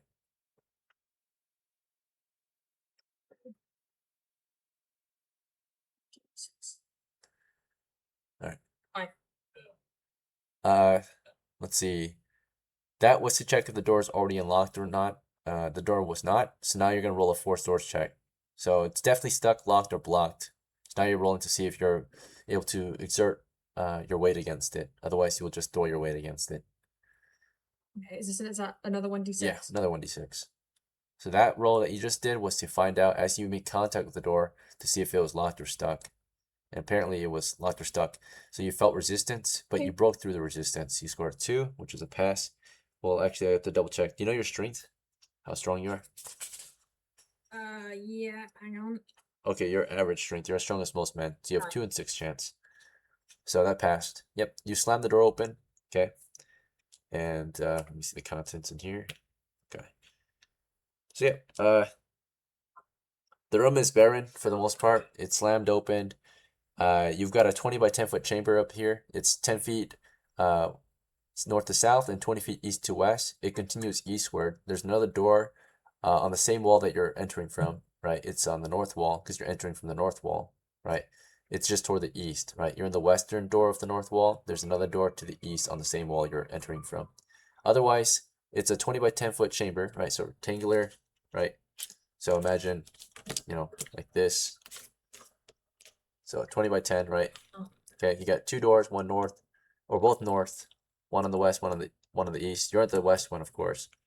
And in this room, basically, there are more arrow slits along the walls. Along the walls where the doors are between the walls, there's a weapon rack. On that weapon rack is basically nothing. There are barrels that might have had ammunition at some point, old wooden barrels, and also there's a pile of rubble at the base of or like stones to be dropped right through the arrow slits or holes, right? So you've got arrow slits, you've got murder holes, right, to roll stones out of, right? So piles of stones, weapon rack, and a few not barrels, but it would be like baskets. Yeah, a few baskets that might have contained ammo at some point. No valuables though, nothing of value. The old baskets, they might be somewhat valuable depending on if you can find a buyer for them, but they're full of holes and they're damaged, water damage. The weapon rack is old and rotten. It's a wooden weapon rack. It's got holes and damage to the wood construction. And the rubble, the rocks have 0 value too. They're just rocks we're throwing down the murder holes, right? Otherwise, the chamber is empty. Nothing seemingly valuable in here. Yeah. There's only one door to the north, right? One other door. So you can continue through here and check out the next room if you want. Yeah. Yeah. Can Or we you can have go ZRILL upstairs. and REEVE kicking the doors? Yep. Send ZRILL first. Or Hiya! One for each door, maybe. I think REEVE wants to prod first. ZRILL is further downstairs, so everyone backed off. ZRILL, you descended into level 1 a little bit. The stairway here is darker. There's no light down here, right? Okay. But ZRILL, you wanna make your way back up with the rest of the crew? I think they're following REEVE back, or REEVE into the chamber. REEVE, as you entered, you want to go south, southeast, or east into the room, right? I'll go south, I guess. Okay, yeah. You're in a 20 by 10 foot chamber, right? So you're in the northwest corner. South just kind of leads toward where the rubble is and the murder holes are along the south wall of the chamber. Okay, yeah, you go south, just clearing out. The only other exit to continue through the chamber is to the northeast. The rest of you are following in. So as REEVE continues south into the room, next up is, I think, Argos. Do you want to just follow her south or something else? Yeah, I'll follow her. I'll light the way. All right, yeah, she's going toward the south wall. There's not much here, just rubble or loose bricks and rocks. Behind you is Max. Max, you want to just enter the chamber too and go east, or Yeah.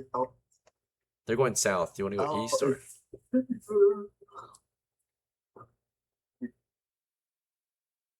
Max, what's your move? I'll enter the chamber. That's it.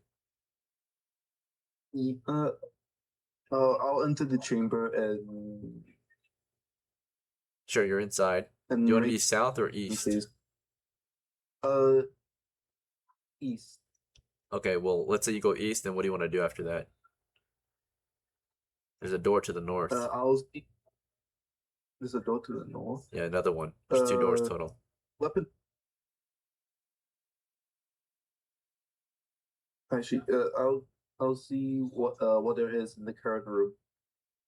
I'll just observe the layout. Okay, did you not hear the layout I described earlier? I already described the layout.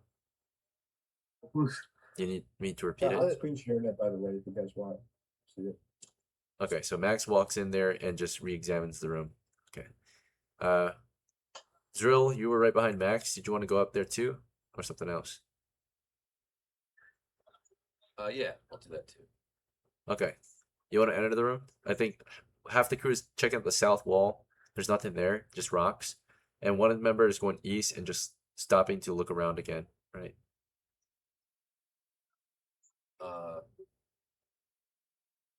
It's just like a square room. It's a rectangular room. 10 feet north to south, 20 feet east to west. It continues toward the east. You're entering from the northwestern corner. There's 2 doors to the north. You're at one of them, and the other one's to the east. Oh wait, so does anyone go west yet? West is a West. wall with a narrow slit. Yeah. There's nothing really to the west. The room continues eastward, right? So imagine if this is a 20 by 10 foot chamber, right? 20 feet east to west, 10 feet north to south. You're entering from the northwestern corner. The west wall is right there, right?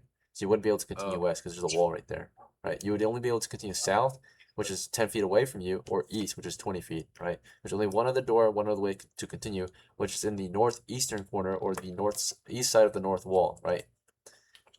So you're from this door. There's another door here. 2 guys decided to go to the south wall and do nothing. 1 guy decided to go slightly east and then look around again. So what do you want to do? I don't know. I guess I'll go east. Okay. And do you want to just wait there or something else? I'll look around. Yeah. I Yeah. don't know what he's looking for, but I'll help him. Yep. It's an Maybe we'll empty find- chamber for the most part. It's got nothing of value. Okay. So back to Tyrion. Tyrion, you went down the stairs and back into the ward. You're checking out that south wall, which is a solid stone foundation, right? Just solid stone wall of the tower with a small keep. And you're looking for another entrance. You don't see another visible entrance, but would you like to look for any hidden ones or push into the wall to see if there's a hidden entrance? There's clearly no entry point that is So currently I'm visible. outside right now, right? Yes, you're on the south side of the fortress. So imagine if this square here was the fortress, right? Yep. If this was the fortress, you've got the entrance on the east side of it because there's a stair that goes north Yep. up into the murder house, which is attached to the east side of the tower. Oh, okay. You're on the yeah, south side of the I tower, understand. right? I'm gonna walk around and check the east. No, not the east side, the west side. Of the keep. See if we can spot Right. anything. And the fortress is a walled off fortress. It's about 50 by about 50 by 50 walls, right? The gatehouse is to the southeast, the stables are to the southwest, the guardhouse Yep. is to the northeast, and the tower is to the northwest, right? It's at the far corner from the gatehouse. Yep. Gatehouse is to the southeast. Yeah, I'll Stables check the here. west. The west of the keep then. Yeah, the west of the keep is the Yep. tower, like the keep, and the stables. Yeah, but I meant of the fortress. Right? I'll check the west of that. West of it is a wall. Is that what you mean? So you're in the ward right now. You're in Yeah. You're next to the Yeah, stables. There's a wall here. Right. The only way up into the Oh, so- battlements is through the gatehouse, or I mean not through the gatehouse, but it's either through the keep, or through the guardhouse. Oh, There- okay, my bad. I thought like it was a wall. I thought it was walled around, and then there was the fortress. My Yeah. bad. So it's wall okay, around. But the fortress is in the northwestern corner. Right. You can't go on the Okay, west yeah. or north side. It's like the entire Makes northwestern corner. makes a lot of sense. So check the south. I'm gonna actually check the north. But as we walk up to the stairs, It's about 100 I'm gonna, like the stairs on the north. I'm not gonna go up there, but I'm gonna check. But like the wall below, try to see if there's like a secret entrance. The wall below the stairs. So Yeah. okay, sure, you'll look around there for a secret entrance. Yeah, so between or next to the keep is the guardhouse, right? Which is attached to or somewhat connected to the stair that leads up into the murder house. The guardhouse is in the northeastern corner of the ward, right? And yeah, you can check around like in between the buildings, right? See if there's another way in there. Looks like the guardhouse is connected to some extent. It is connected to the murder house rooftop, right? So you can actually enter the murder house from the guardhouse as well, right? The murder house, which is the building at the top of the stairs, and on top of it, that's the tower or rooftop portion, which can be accessed from either the keep or the guardhouse. And to get to the battlements, you would have to go through the keep or the guardhouse, it looks like. The stables, the gatehouse, there is a gatehouse which might have access into the actual gatehouse too, but it looks like the easiest way to access either the battlements or the gatehouse is through the castle itself or the guardhouse, right? Which is somewhat, it's just another stone building attached to that's half the size of the actual tower, right? It's a longer, flatter, lower leveled building, right? So somewhat connected toward the gatehouse to the south, and somewhat connected toward the keep by the murder house between them, right? All right. You're just checking the cavities for any other entry points at base level, ground level. Yep. Visibly, there are none. So if you want, you can check thoroughly to see past any cover or concealment, or you can push into the wall or dig it up, see if there's anything hiding. So do you want to just do a visual? Maybe like looking, as like you walk up the stairs Yeah. normally, Mhm. like instead of walking up those stairs, I'm like looking, on the wall underneath them. Under the stairs, like yeah. Yeah. So So yep, I'm like the pushing side of the against stairway. it and see if there's past it. Sounds good. Yep. You'll push against that wall, then you will do a physical inspection. All right. As you're doing that, we're going back to the rest of the party. The rest of the party, you're in the 20 by 10 foot chamber, right? There's not much in here. It looks like it might have been a weapons room, but it's all looted up or emptied, right? There's only one door forward, which is to the northeast, right? So point man now is it doesn't really matter. Do you guys want to, because you guys are not in formation anymore, you're spread out through the chamber. So Reeve, Argos, ZRILL, and Max, you guys want to discuss the situation a little bit before you proceed, or do you guys want to take action? No Isn't monster it weird detected. that? Hold on. Well, I'm gonna tell Drill to kick in the southeast door. And yeah. Okay, yeah, I'm just gonna do like a freaking axe kick. There's no southeast door, there's a northeast door. Oh, northeast door. Yeah, I'll do It's a northeast. Wait, isn't it from north? Don't we come from this north to this? Yes, you entered the room from the northwest. You went south into the room. So if you're in the room, there are only two doors. They're both on the north wall. Northwest and northeast. Okay, yeah. So I thought they were in the south. Okay, yeah. South has arrow slits. That's a wall, an exterior wall. It leads. Look out from those arrow slits, you will see into the ward. Okay, well, yeah. Then I have to redraw my map here a little bit. But yeah, I tell him to kick in the northeast door to see what's there, maybe. Okay. ZRILL, as you're being advised by Argos, do you want to take action or you want to converse further? Yep, do like a friggin' jumping, spinning axe kick into the door. Okay. That's gonna hurt like a bitch. And then No, I'm just Reeve and Max, you're in the southwest corner of the chamber. Reeve, what's your move? I don't know. I'll wait. I'm so confused. Northeast. All right, you want to just wait? What are you confused about? Do you have a question? I don't know. I've been trying to draw my own map along, and I just think I've gotten confused along the way. Got a bit lost. I'm trying to do it on paper, and it's all just got a little bit messy, you know. Imagine you're in a 20 foot, 10 foot Oh, chamber, oh, right? right. A rectangular chamber. So if you're looking at my screen, Right. you're in a 20 by 10 foot Mhm. chamber right now. Okay. It is 20 feet east to west. It is 10 feet north to south. You entered the room from the northwest corner in the western side of the north wall. Okay. There's a door here in the western side of the north wall, and there's another door in the eastern side of the north wall. So there's two doors only in this chamber, right? They're both on the north wall. Okay. It is a 20 foot by 10 foot chamber. 20 east to west, 10 feet north to south. you're currently in the southwest corner because upon entry, you told me that you wanted to go south. So you went up to the south wall. And over here, there's not much but rocks sitting, against the wall near the murder holes and the arrow slits on the south wall. There are maybe 1 or 2 arrow slits on the west wall, and you and Kyle or Max are hanging out in the southwestern corner of this chamber. One of the guys is going up to the northeast corner to the other exit. He's about to kick it in. The other guy is advising him to do so besides him, right? Which is Argos. Or I think Argos is with you, and Kyle is with, or Max is with the kicker, the door kicker, who is ZRILL.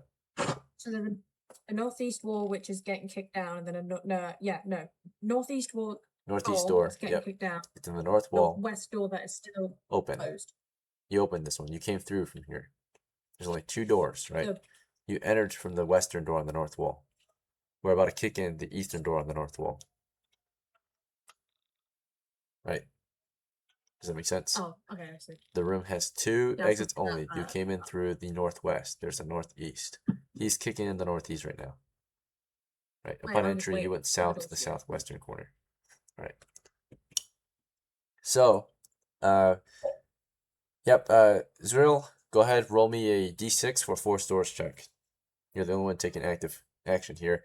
I think, yeah, REEVE is trying to figure out the situation a little more. Max, do you have any actions? I didn't hear from you. I know Argus was just advising ZRILL what to do. Yeah, I just let him attempt to kick the door open. Okay. Yes. His first attempt fails, and also because it failed, he might injure himself in doing so. So, the door kicker kicks in the door. Well, actually, that first roll to see if it's locked or not, or stuck, that indicates that it is locked, stuck, or not. So now you're gonna do the actual strength roll. So roll another time. So it is clearly stuck, locked, or blocked, right? So now you're gonna roll again to see if you actually kicked it in. Yeah, screw you, door. All right, yeah, it did go through. Screw you! Take this, Brick's leg. Alright. Yep, you kicked it in. It was blocked, and very similar to the last door, it explodes. Right, roll a 1d6 trap check to avoid an explosion. Why? All right. It blew up. So 5. that means you are able to possibly avoid it. You didn't trigger it as quickly as you. It didn't. These poison gas traps are really old, right? So you kicked it in. It doesn't ignite. It just bursts open. Gas slowly leaks out, right? So the same smell is smelled here. As soon as you pop the door open, do you want to back away or something else? You start to smell that bitter, nauseous Where's chemical. it? Where is there like a tube on the ground that they can Yeah, so it looks like you What? shattered a poison gas pot, right? Which was sitting, up against the door, ready to get kicked into something behind it, right? Something solid and heavy. So like when you kick this door in, you would naturally kick this poison or this pot into a solid object that would crack it, right? Does that make sense? Oh, okay. That's how it's structured. Yep. Someone put blockades behind the door to keep it from opening easily. If you were to open these doors slowly and carefully, right, somehow, and unlock them or something, and not force it in, then of course you wouldn't smash the pot. It would just squish the pot against the blockade, right? But you're kicking it in, so it's an immediate abrupt force. So that abrupt force, imagine if this is the pot here, you've got like slightly slanted blockade behind the door, causing the door to not open easily. If you slam it open, right, you would kick the door into the pot and it would smash against the solid objects behind it and explode. Yeah, yeah. So you did that Yeah, twice it's- now, right?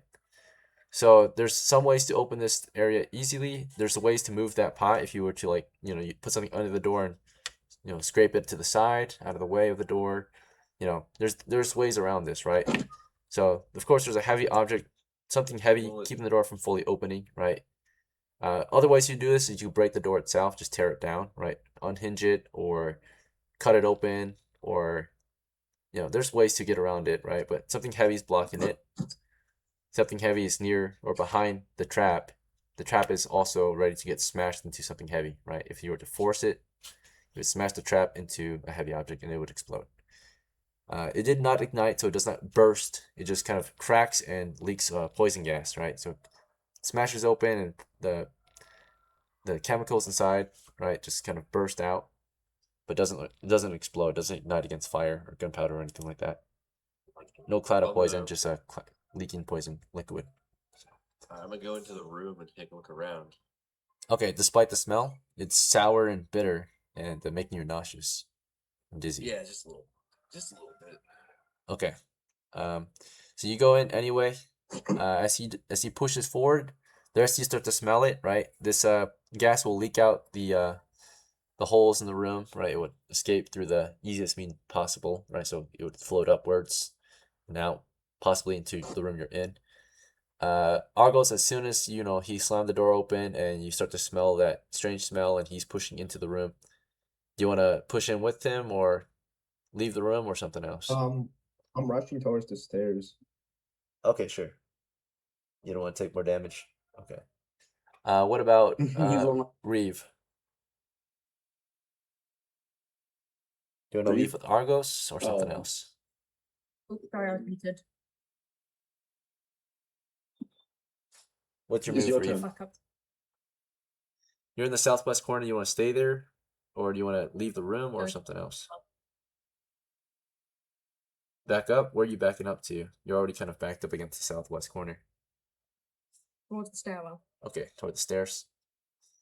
Max, what's your move? You were right behind ZRILL, who kicked in the door and triggered a trap, and is walking through.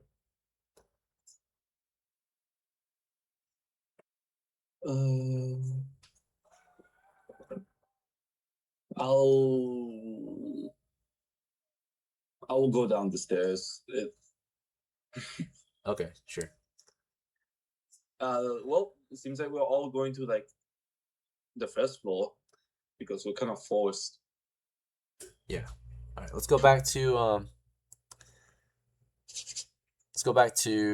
the character TYRION, who was split off from the group. He's outside examining the side of the stairwell that leads up to the murder house.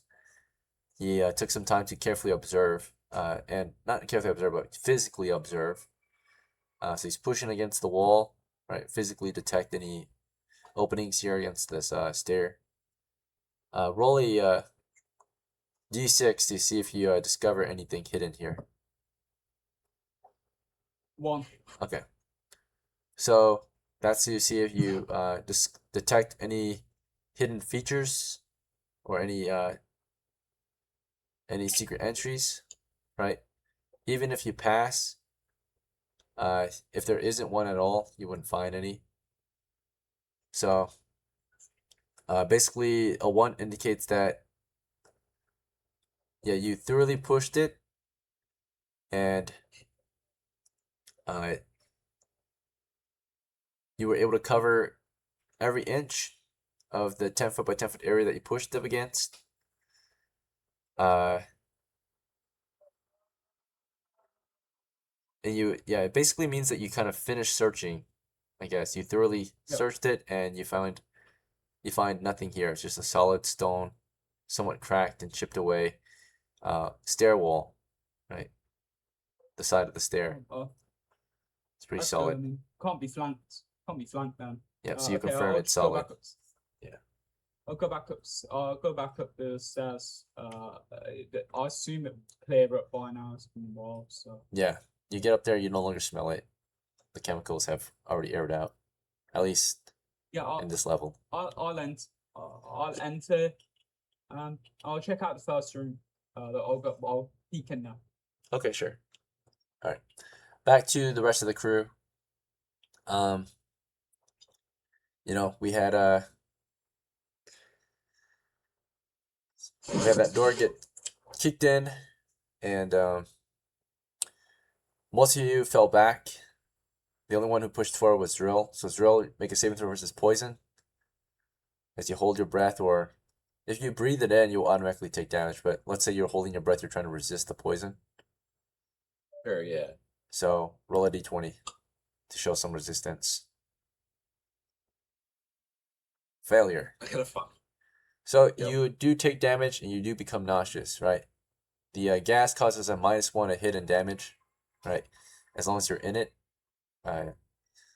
not super severe, but it's intoxicating. It's damaging mentally, physically, and you feel that you took a point of damage. Right, so I think your character has a good enough amount of hit points though, so you might survive it. Let's see. Your character was like a tank, right? He's huge. ZRILL. Yeah, you have 3 of Yeah. 4. It lightly damages you.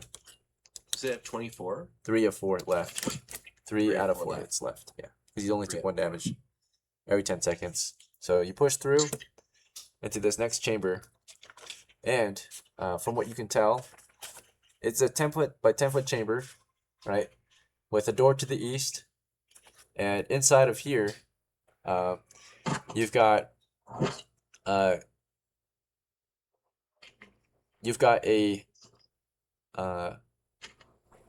like a cauldron over like a fire pit in one corner. You've got another weapon rack, which is let's see if there's anything good on it. All right, yeah. So the weapon rack is loaded, right? It's got particularly bow and arrows. So we've got a weapon rack, and you got baskets full of ammunition, right, which have not been looted.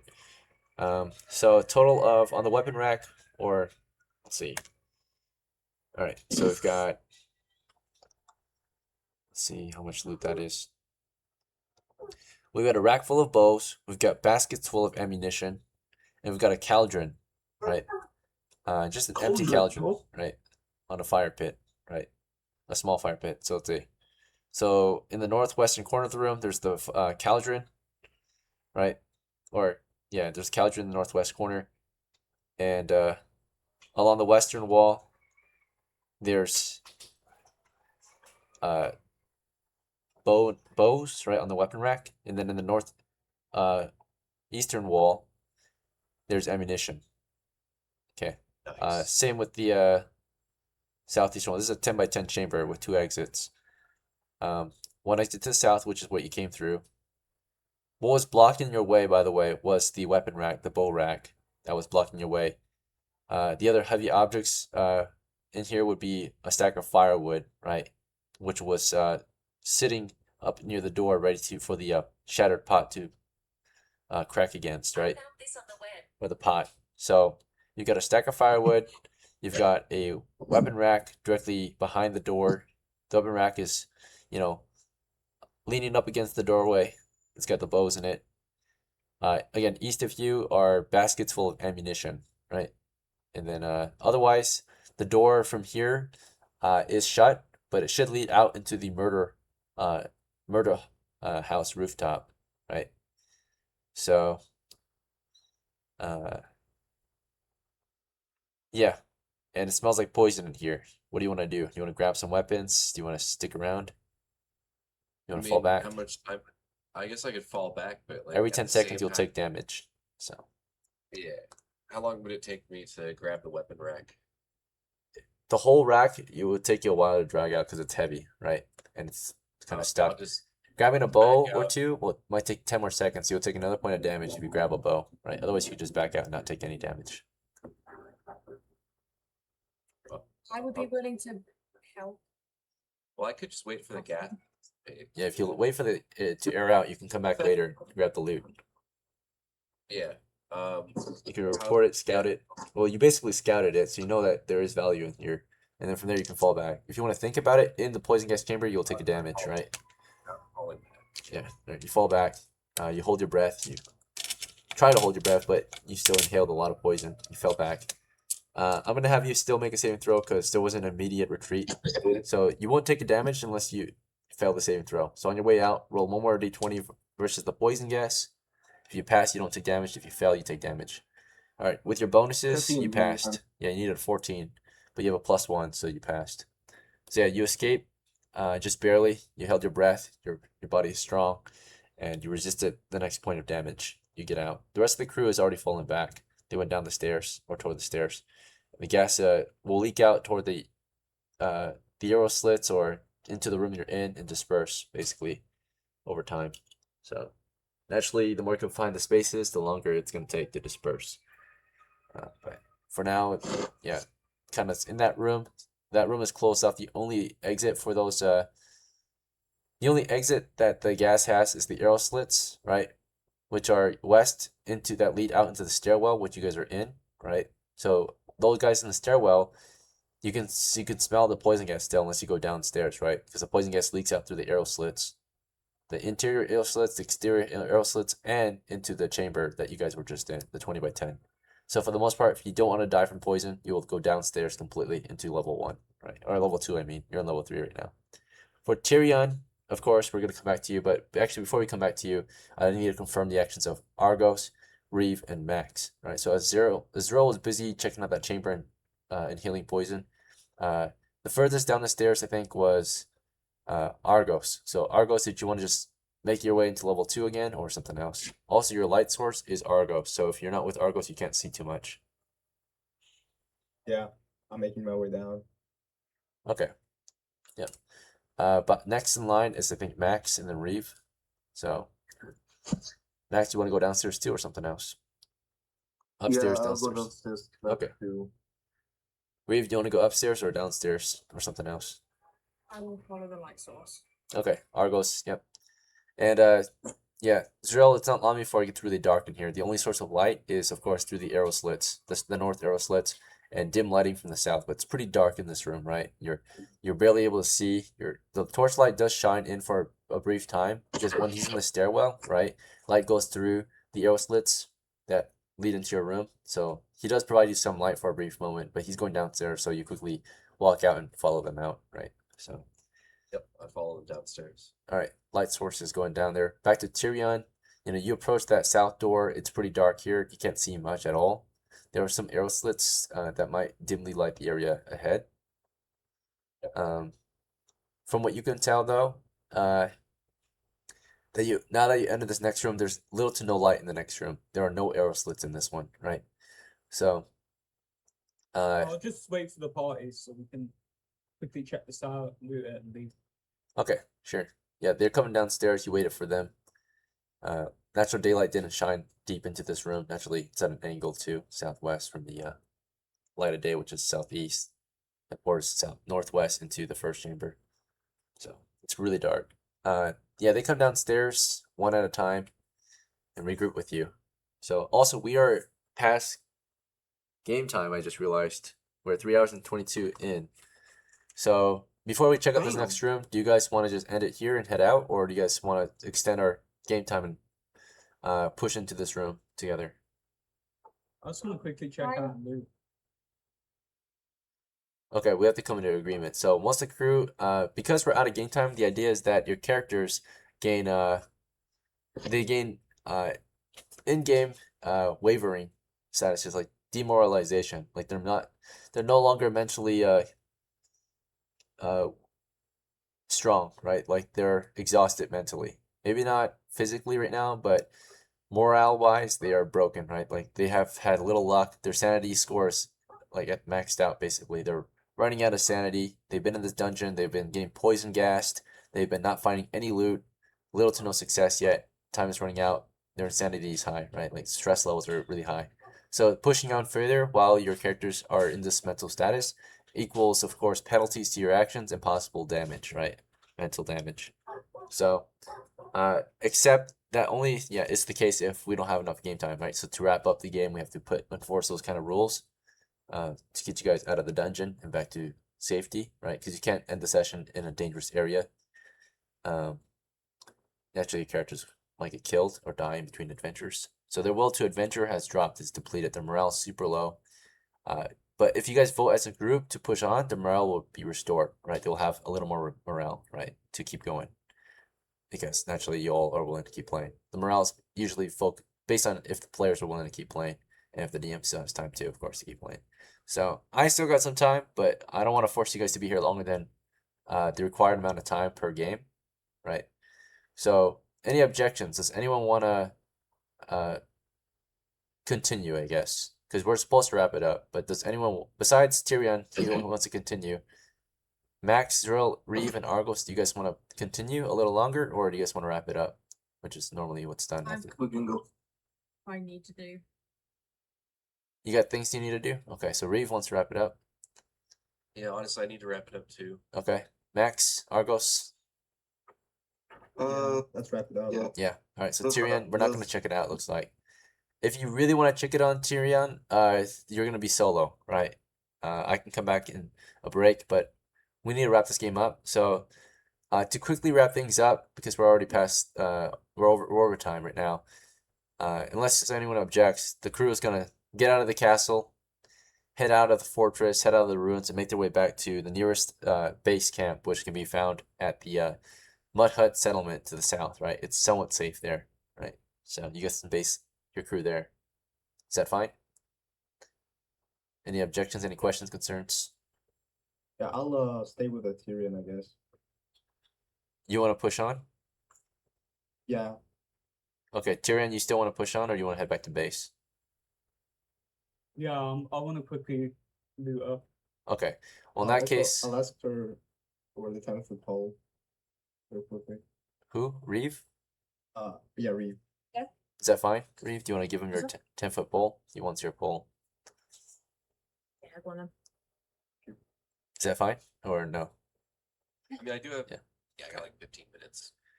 All right. Well, in real life, since we're overtime, though, we do need to take a break. Those who are wrapping up, I'm gonna thank you for playing and release you, of course. So, ZRILL, Max, and Reeve, you guys are dropping out. So, Yeah, if I decide to come back while you guys are still gaming, can I rejoin? sure. I Yeah. might not do it. Yeah, that's fine. But we're not gonna be long. So that's the thing. yeah. Oh, Yeah, it won't be long, but yeah. All right. yeah, Well, just get sharp about it. before we go overtime, we're gonna take a break. And we're gonna release the players who need to take off. So, yeah, Bean, Kingyo, and Kyle, thanks for playing. Hope you had fun. If you have any questions, concerns, or feedback, just let me know. If you can't let me know here, just DM me. But otherwise, yeah, thanks for playing. See you later. And then Tulio and Steven, 5-minute break. I'll be back at 5. Yeah, so Bye-bye. yeah, bro, look, we opened these rooms, so I don't want like the mobs taking them. If there is anything to take. Yeah, I'm pretty sure the bows are gonna be gone next game. Dude, that's what always happens, dude. Like, we fucking play, we find a bunch of shit, the game time runs out, and we come back and it's like, oh, yeah, everything's gone. And it's like, oh my god, man. It's just so frustrating. Yeah. You can't carry much, so that's fucking problem. So. I mean, Yeah, I'm gonna come out here a fat fucking bastard. yeah, It's gonna be gold down my panties. Alright. yeah, it's a good risk. If I die here, I mean, at least I tried doing something. I've always, I'm telling you, every time I want to say something, dude, honestly, I want some of those arrows too. Yeah, that would be nice. You can get a bow as well. You can just take everything you can, you know. Yeah.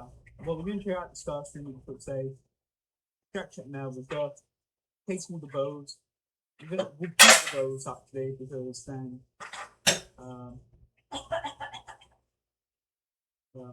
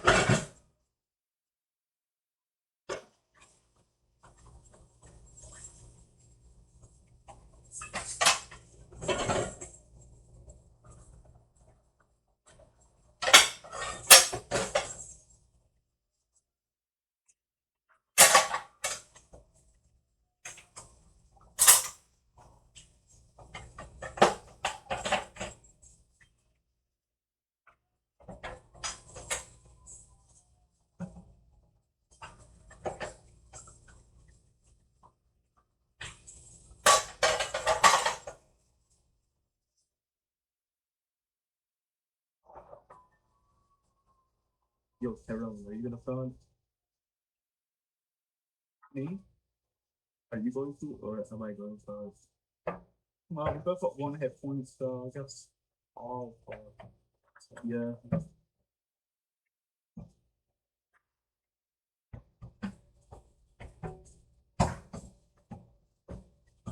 Honestly, do you have your bow right now, Cliff? Yeah, but we've got 1 arrow, so.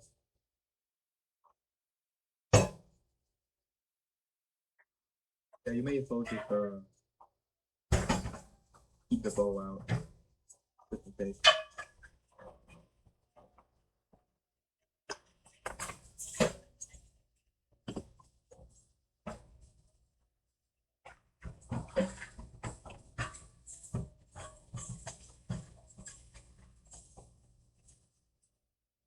Matt, I want to my team first. Alright, guys, it's been roughly 5 minutes, I think, so let's wrap up our expedition. So most of the crew is headed out of the castle, right?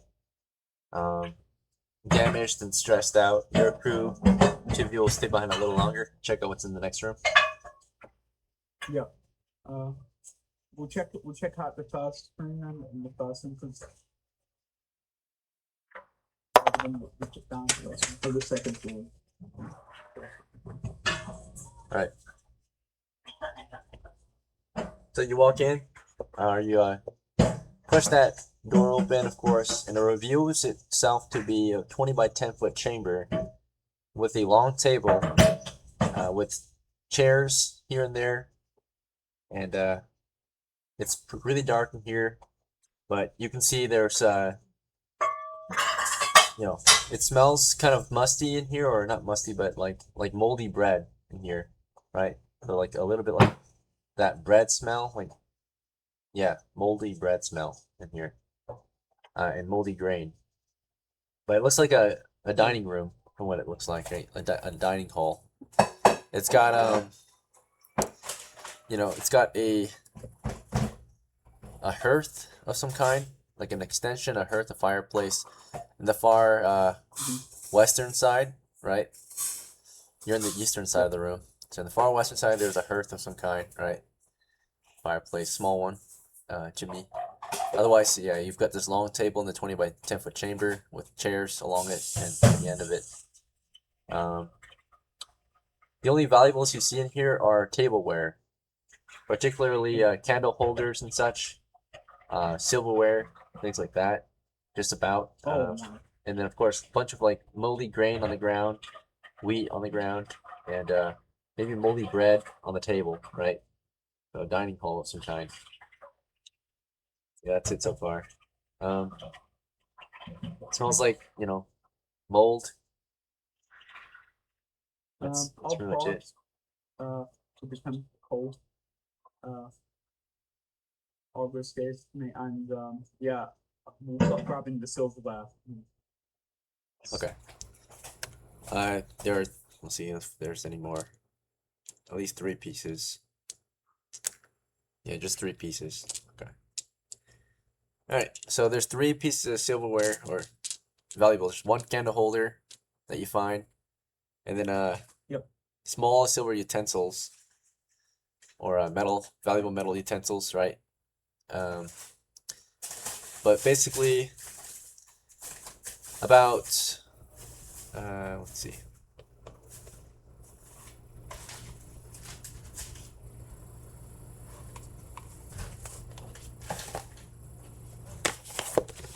Let's see the value real quick. Just gotta double check. These books are really cool.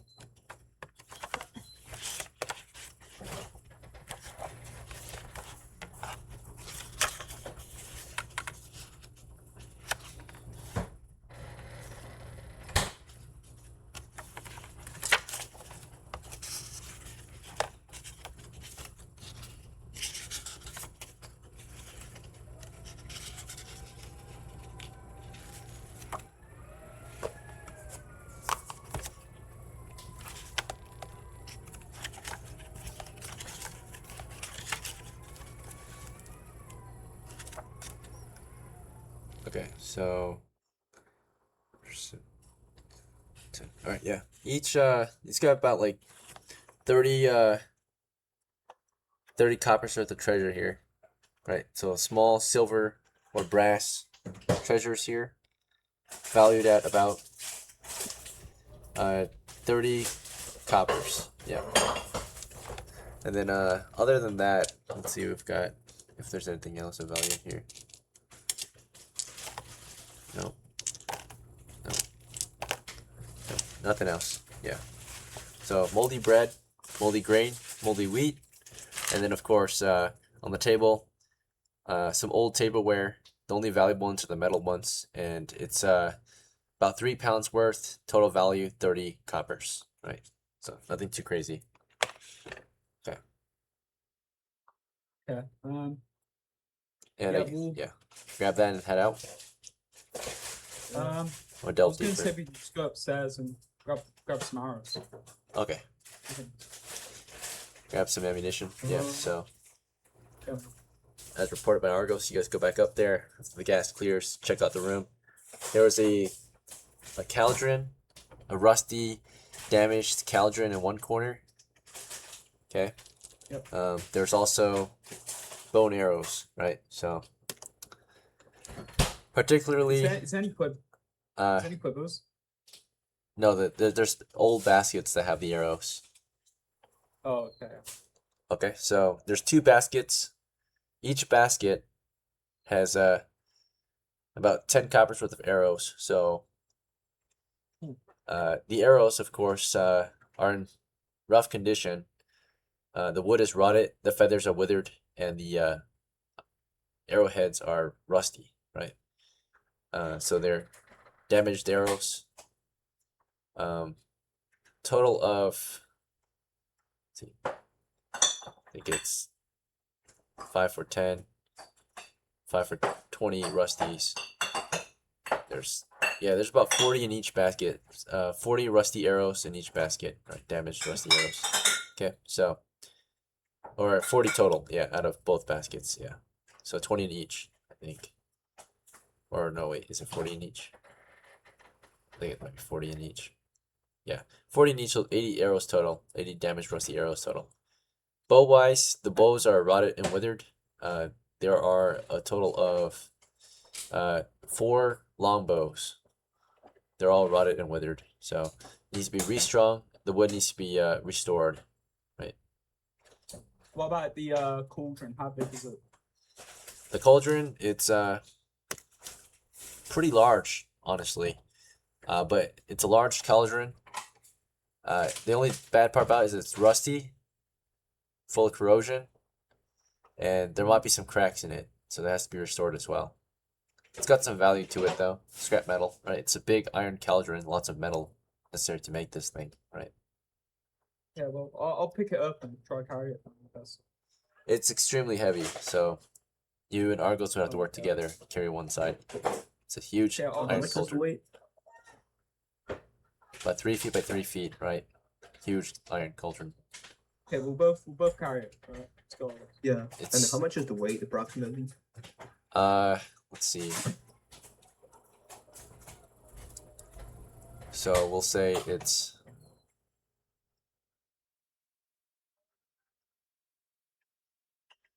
60. So it's 60. Okay. And it's valued. Okay, 120. Yeah, it weighs about 120 pounds. Yeah, that's fine. It's Okay. not crazy heavy. Let's go carry it. Okay. Your encumbrance rate is 80 pounds each, right, max? You're already carrying some gear though, each of you. So I think together though, since you're carrying on average 20 to 30 pounds each, that allows you guys to carry 50 pounds each, so that's 100 total, right? So because it's over your normal carry capacity, you move extra slow, right? So instead of moving at the rate of 10 feet per 10 seconds with this cauldron, you move even slower, possibly like the rate of 5 feet every 10 seconds, right? So super slow, right? Yep. You're right. So slowly you drag this thing out or carry it out. It's super heavy for just 2 guys, and you might need a 3rd or 4th guy to help carry this thing. You eventually carry it downstairs and back to the rest of your crew. This thing's hella heavy. And together with your crew, I guess, if you're willing to take it back with them, you can sell it off somewhere, right? For scrap metal. Use that scrap metal, so. Yeah. So Yeah, I'll make sure Grandma's stuff. Okay. So, keep that one. I don't know how you guys are gonna carry this thing, because everyone has their hands full. So, if you want your sack, your Yeah, hands. just put it in the cauldron. Yeah, I was Put it gonna inside say, the cauldron? Sure, yeah. You guys throw your shit in there, and we'll haul it back to base. For selling this thing, you'll have to probably sell it back in the nearest larger settlement, TOGEN, right? I don't think anyone at the hamlet could buy it. So in that case, you guys are not wrapping it up in the Mud Hut hamlet. You're gonna send it all the way back to TOGEN to sell it off. And if the party is helping you as NPCs, are you guys gonna share the spoils with them since they're NPCs? Character versions will help you guys carry your loot back, or do you guys wanna? If you're not gonna share it with them, they're probably not gonna help you carry the loot back. I mean, I don't know. What do you think, Carlos? It's impossible to carry this thing back, which is 2 men, right? You're already exhausted carrying it down the stairs. Yeah, I mean, Yeah. let's just share it. Yeah, we'll share. Okay.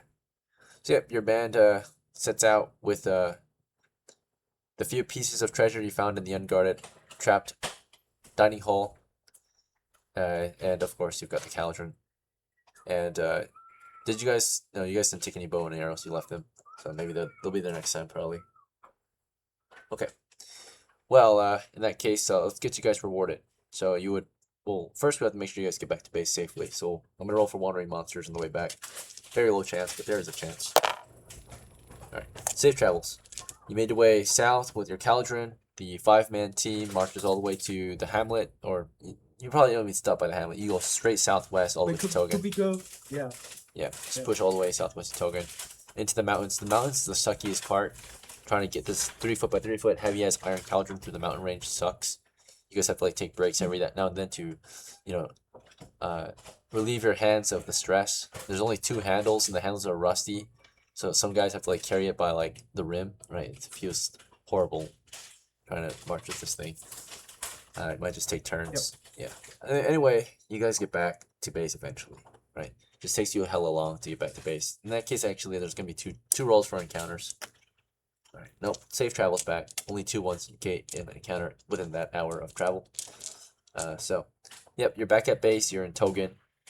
Time to get your loot sold. You stop by the market. You sell it to. You guys want to sell to the most likely buyer, just the average buyer. I guess the guy who melts down the iron and stuff. Yeah. Okay. Sure.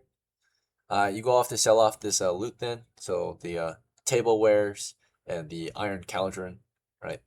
I think the iron cauldron is first because it's the heaviest and most burdensome item that you drag into the market to sell with your crew of 5. And the buyer, of course, looking this over, it does have initial value. You know, this thing that you carried back to the town, whatever it's valued at, it's how much XP you'll I have a get. bonus so you can put that apply to that. Sure, yeah. So you get a somewhat decent deal for it, not the average deal. You get a better deal for it. It's a lot of iron. But again, this is a town that has plenty of iron, so that's also a negative. So, in the end, the value of this item that you're getting it for, looks like you're about to get it for, he offers a starting value of 45 coppers. Deal or no deal. If you accept it for 45, you'll get 45 XP. And you'll get 45 coppers. I mean, but yeah, these would be the only people not willing to process it, I guess. So, yeah, deal. Deal? Okay. Yeah. So it's been appraised, and well, I'm gonna give you the XP that it's valued at, because selling it, different people will buy it at different rates, of course. So everything has innate value and average value, so that's the XP you'll get for it, the average value. So the average value for this huge chunk of 120 pounds of iron that's rusty, that's the major problem. It's rusty, just the surface, deep rust, cracks. It's actually worth about 60 coppers. But you're selling it for 50, or 45. he wants to make a profit out of it, so he's gonna sell. He's gonna buy it for 45, right? Yeah, it's fine. So yeah. Plus he has to do work for it. He has to derust it, smelt it down. So he's buying it for 45 instead of 60. You get 60 XP for it though. You get 45 coppers for it. When it comes to the tableware, which was small silver candle holder, right? Just a like size of your hand, right? Nothing too big. Just a small silver candle holder, and a few silverware pieces that you were able to find and sell, right? Altogether, it was about 3 pounds of silver sold, or something like that. It might not be pure silver or whatever. Anyway, it was valued at innate value of 10 coppers each, so not very valuable at all. Total 30 XP. The offer you got in town, silver is pretty valuable. It's not pure silver though, so you got a bad offer for it. If you want to sell it, the best buyer you were able to find, which was a jeweler, someone willing to buy, or not a jeweler, but like a silversmith or jeweler, someone like that in the town. Due to its quality, due to its impurities and all that, they only went to buy it for kind of a whack price of it's 15. They're offering 15 for it. Deal or no deal? Should we look for? What do you think, Argos? We should look for. I say we just do it. You can also barter. 3 coppers each person. You get 30 XP for it, but 15 coppers. Yeah, I say we just do it. I mean, 15 copper pieces is. The next offer will be worse than this one, right? But you can of course barter. That's fine. This is the best offer at the moment, best average offer. Yeah, I'll just take that soft one. Okay. Alright. Because so bear in mind, you're selling in a place where silver is more abundant, right? You're in the mountains. If you sold it somewhere like the coast, trade towns, silver is more valuable, more rare, then yeah, you get more money for it. Okay. So yeah, you sell it here, you get less than what it's valued for, 15. Total monies came down to 60. Total XP came down to, I think, was it 90? Yeah.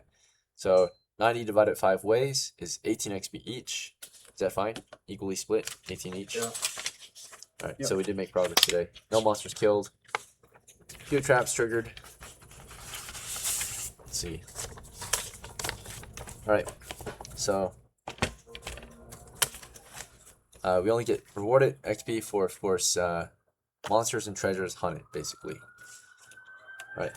And usually let's see. Traps overcome, I suppose, whether disabled or destroyed, could possibly give you XP because they are a risk that you took, a hazard, like a monster almost.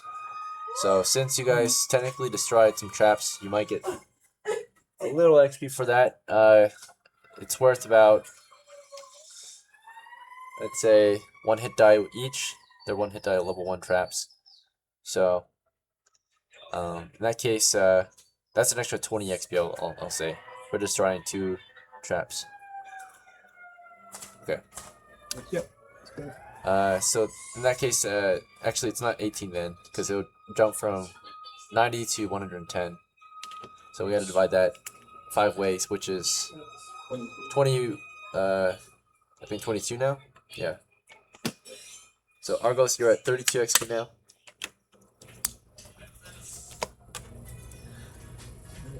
Okay, and ZRILL went up by 32, or let's say 22, so you're at 33. Nice. Let's see. REEVE is at, she was at 2, now she's at 24. Okay, we've got character. 3 of you have been rewarded now. Let's see who's next. Oh, yeah. Max was at 16 plus 22. He's at 38.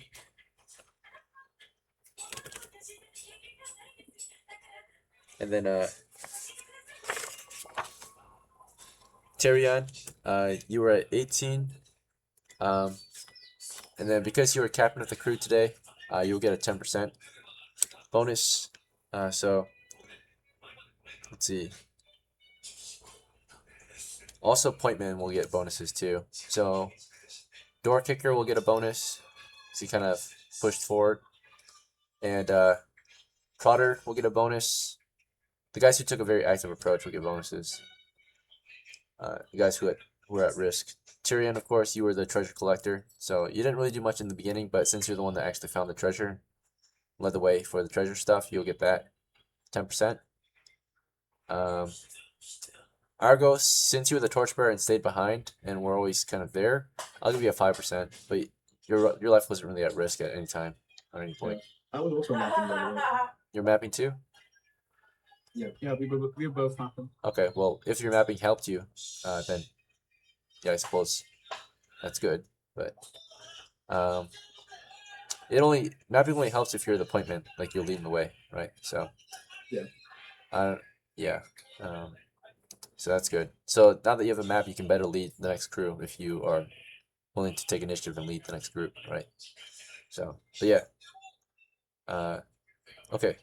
So besides that, I think the only one that's not going to get a bonus is Kyle's character. I don't think he really did much.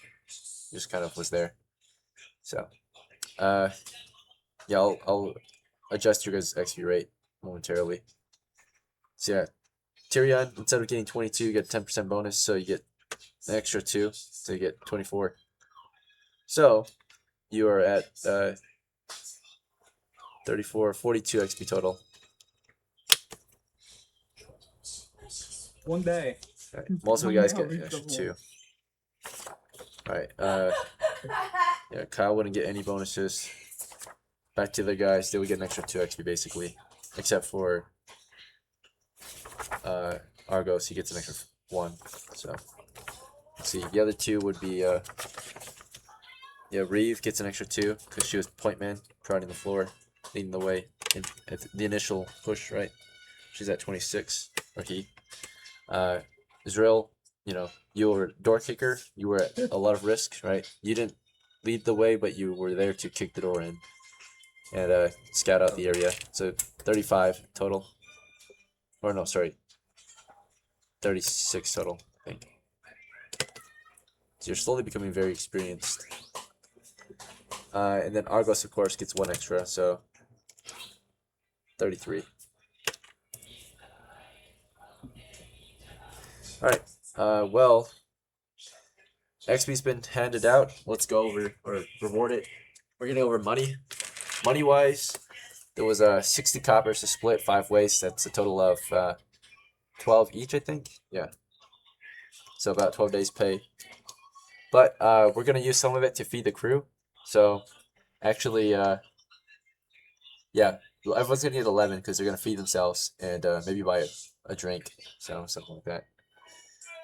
So, in that case, yeah, everyone spends some money to feed themselves. 1 copper for upkeep. For, yeah, food, water, things like that. So in the end, everyone only got 11, actually. Not 12. But they're selling the loot. ZRILL is at 11 total. He had 0. Now he's at 11. REEVE is at 12 because she had 1. She's at 12 now. And the characters, let's get rewarded. Max is he was at 2 plus 11, 13.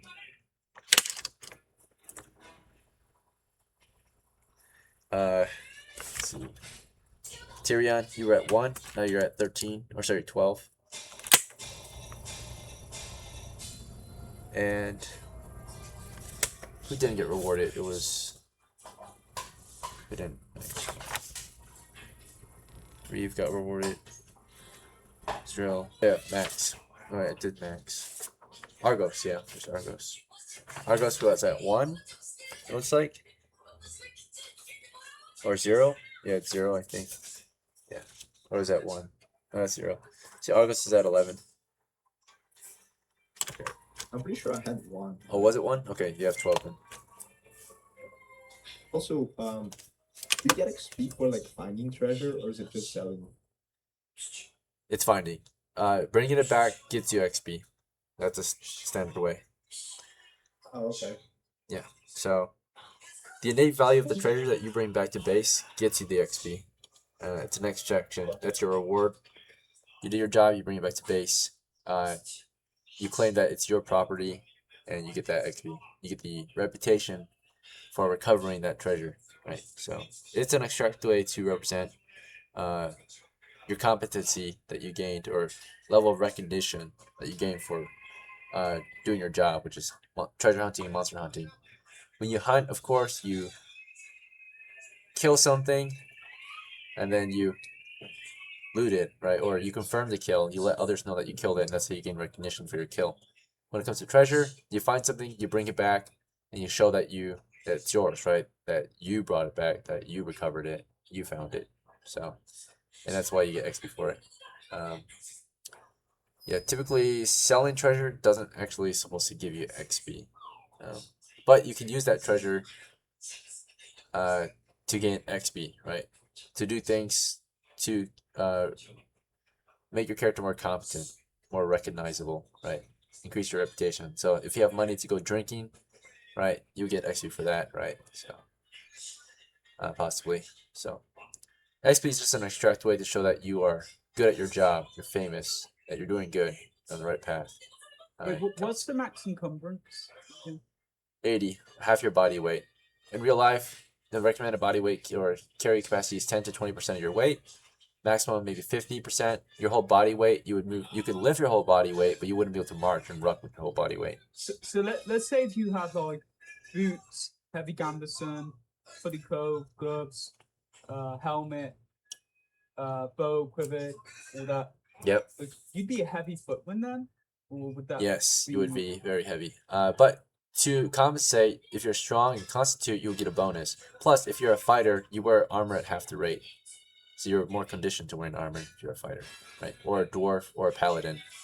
Or mainly fighter, I think. Fighters wear armor at half the weight. So they train to fight and, with the weapons and armor. So they're the best at wearing Can I armor. do some purchases and sales maybe? Sure, yeah. We'll do that after. Since the expedition's over, you're in Togen. What purchase do you want to make? Well, first of all, I want to sell a lot of my stuff. So, what do I have? You've got a light sackcloth, which basically just covers your torso, not your waist or crotch. You've got wraps around your crotch. You've got sandals at your feet. You've got a small shovel. You've got a hatchet. You've got a knife. You've got a torch, and you've got a 5-foot rope. Okay, yeah, I'm gonna sell the hatchet, the knife, and the small shovel. All right, the hatchet, The fuck? Don't sell it. the knife. All right, so the knife and the hatchet, you're gonna get about 3 total for those things, 1.5 each. Yeah, Don't that's fine. sell. Okay. And what else did you want to sell besides the knife and the hatchet? The small shovel. Okay, the small shovel, you'll get about 1 for that then. Let's see, 1.5 or 1. So, yeah. So far you got 4 total. Anything else you want to sell? Okay, and then how much can I sell a tinderbox for if I had one? You don't have one, but it would be 1.5 or just 1, rounded down.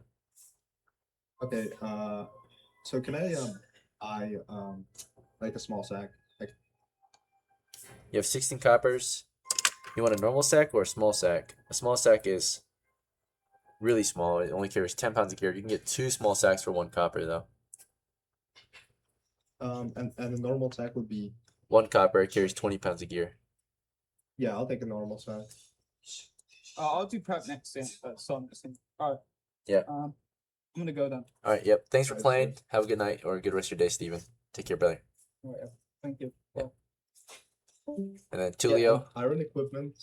Yeah. I think this tally is cheaper, right? Yep. Metal equipment usually is a little more affordable. Okay, how much is a shield? That's wood equipment. So yeah, shield would be like normal price, 10 coppers. Okay. Yeah, I mean, how much is a cloak? Fabric is more expensive here. So a cloak is more expensive here. You would not be advised to buy cloaks here. It would be like Okay, and 15 then how maybe. much? Yeah, how much is a spear? A spear, normal price. It's about 5 here. Okay, and then a sword. A sword, still pretty expensive. Maybe like 90 here, slightly cheaper. 90. 90, yeah. Usually they're 100. So Wow. Okay. Yeah. Okay. I'll just I'll see what I need for the next game and I'll buy that then. okay, yeah. All right. No other questions or concerns? Feedback? You're good to go. Yeah. I mean that's good. Yeah, we had a good game. So Yeah, good game. All right, good job. yeah. Thanks for playing. Tulio, I'll see you next time. Take care, brother. Yeah. You too. Have a good day.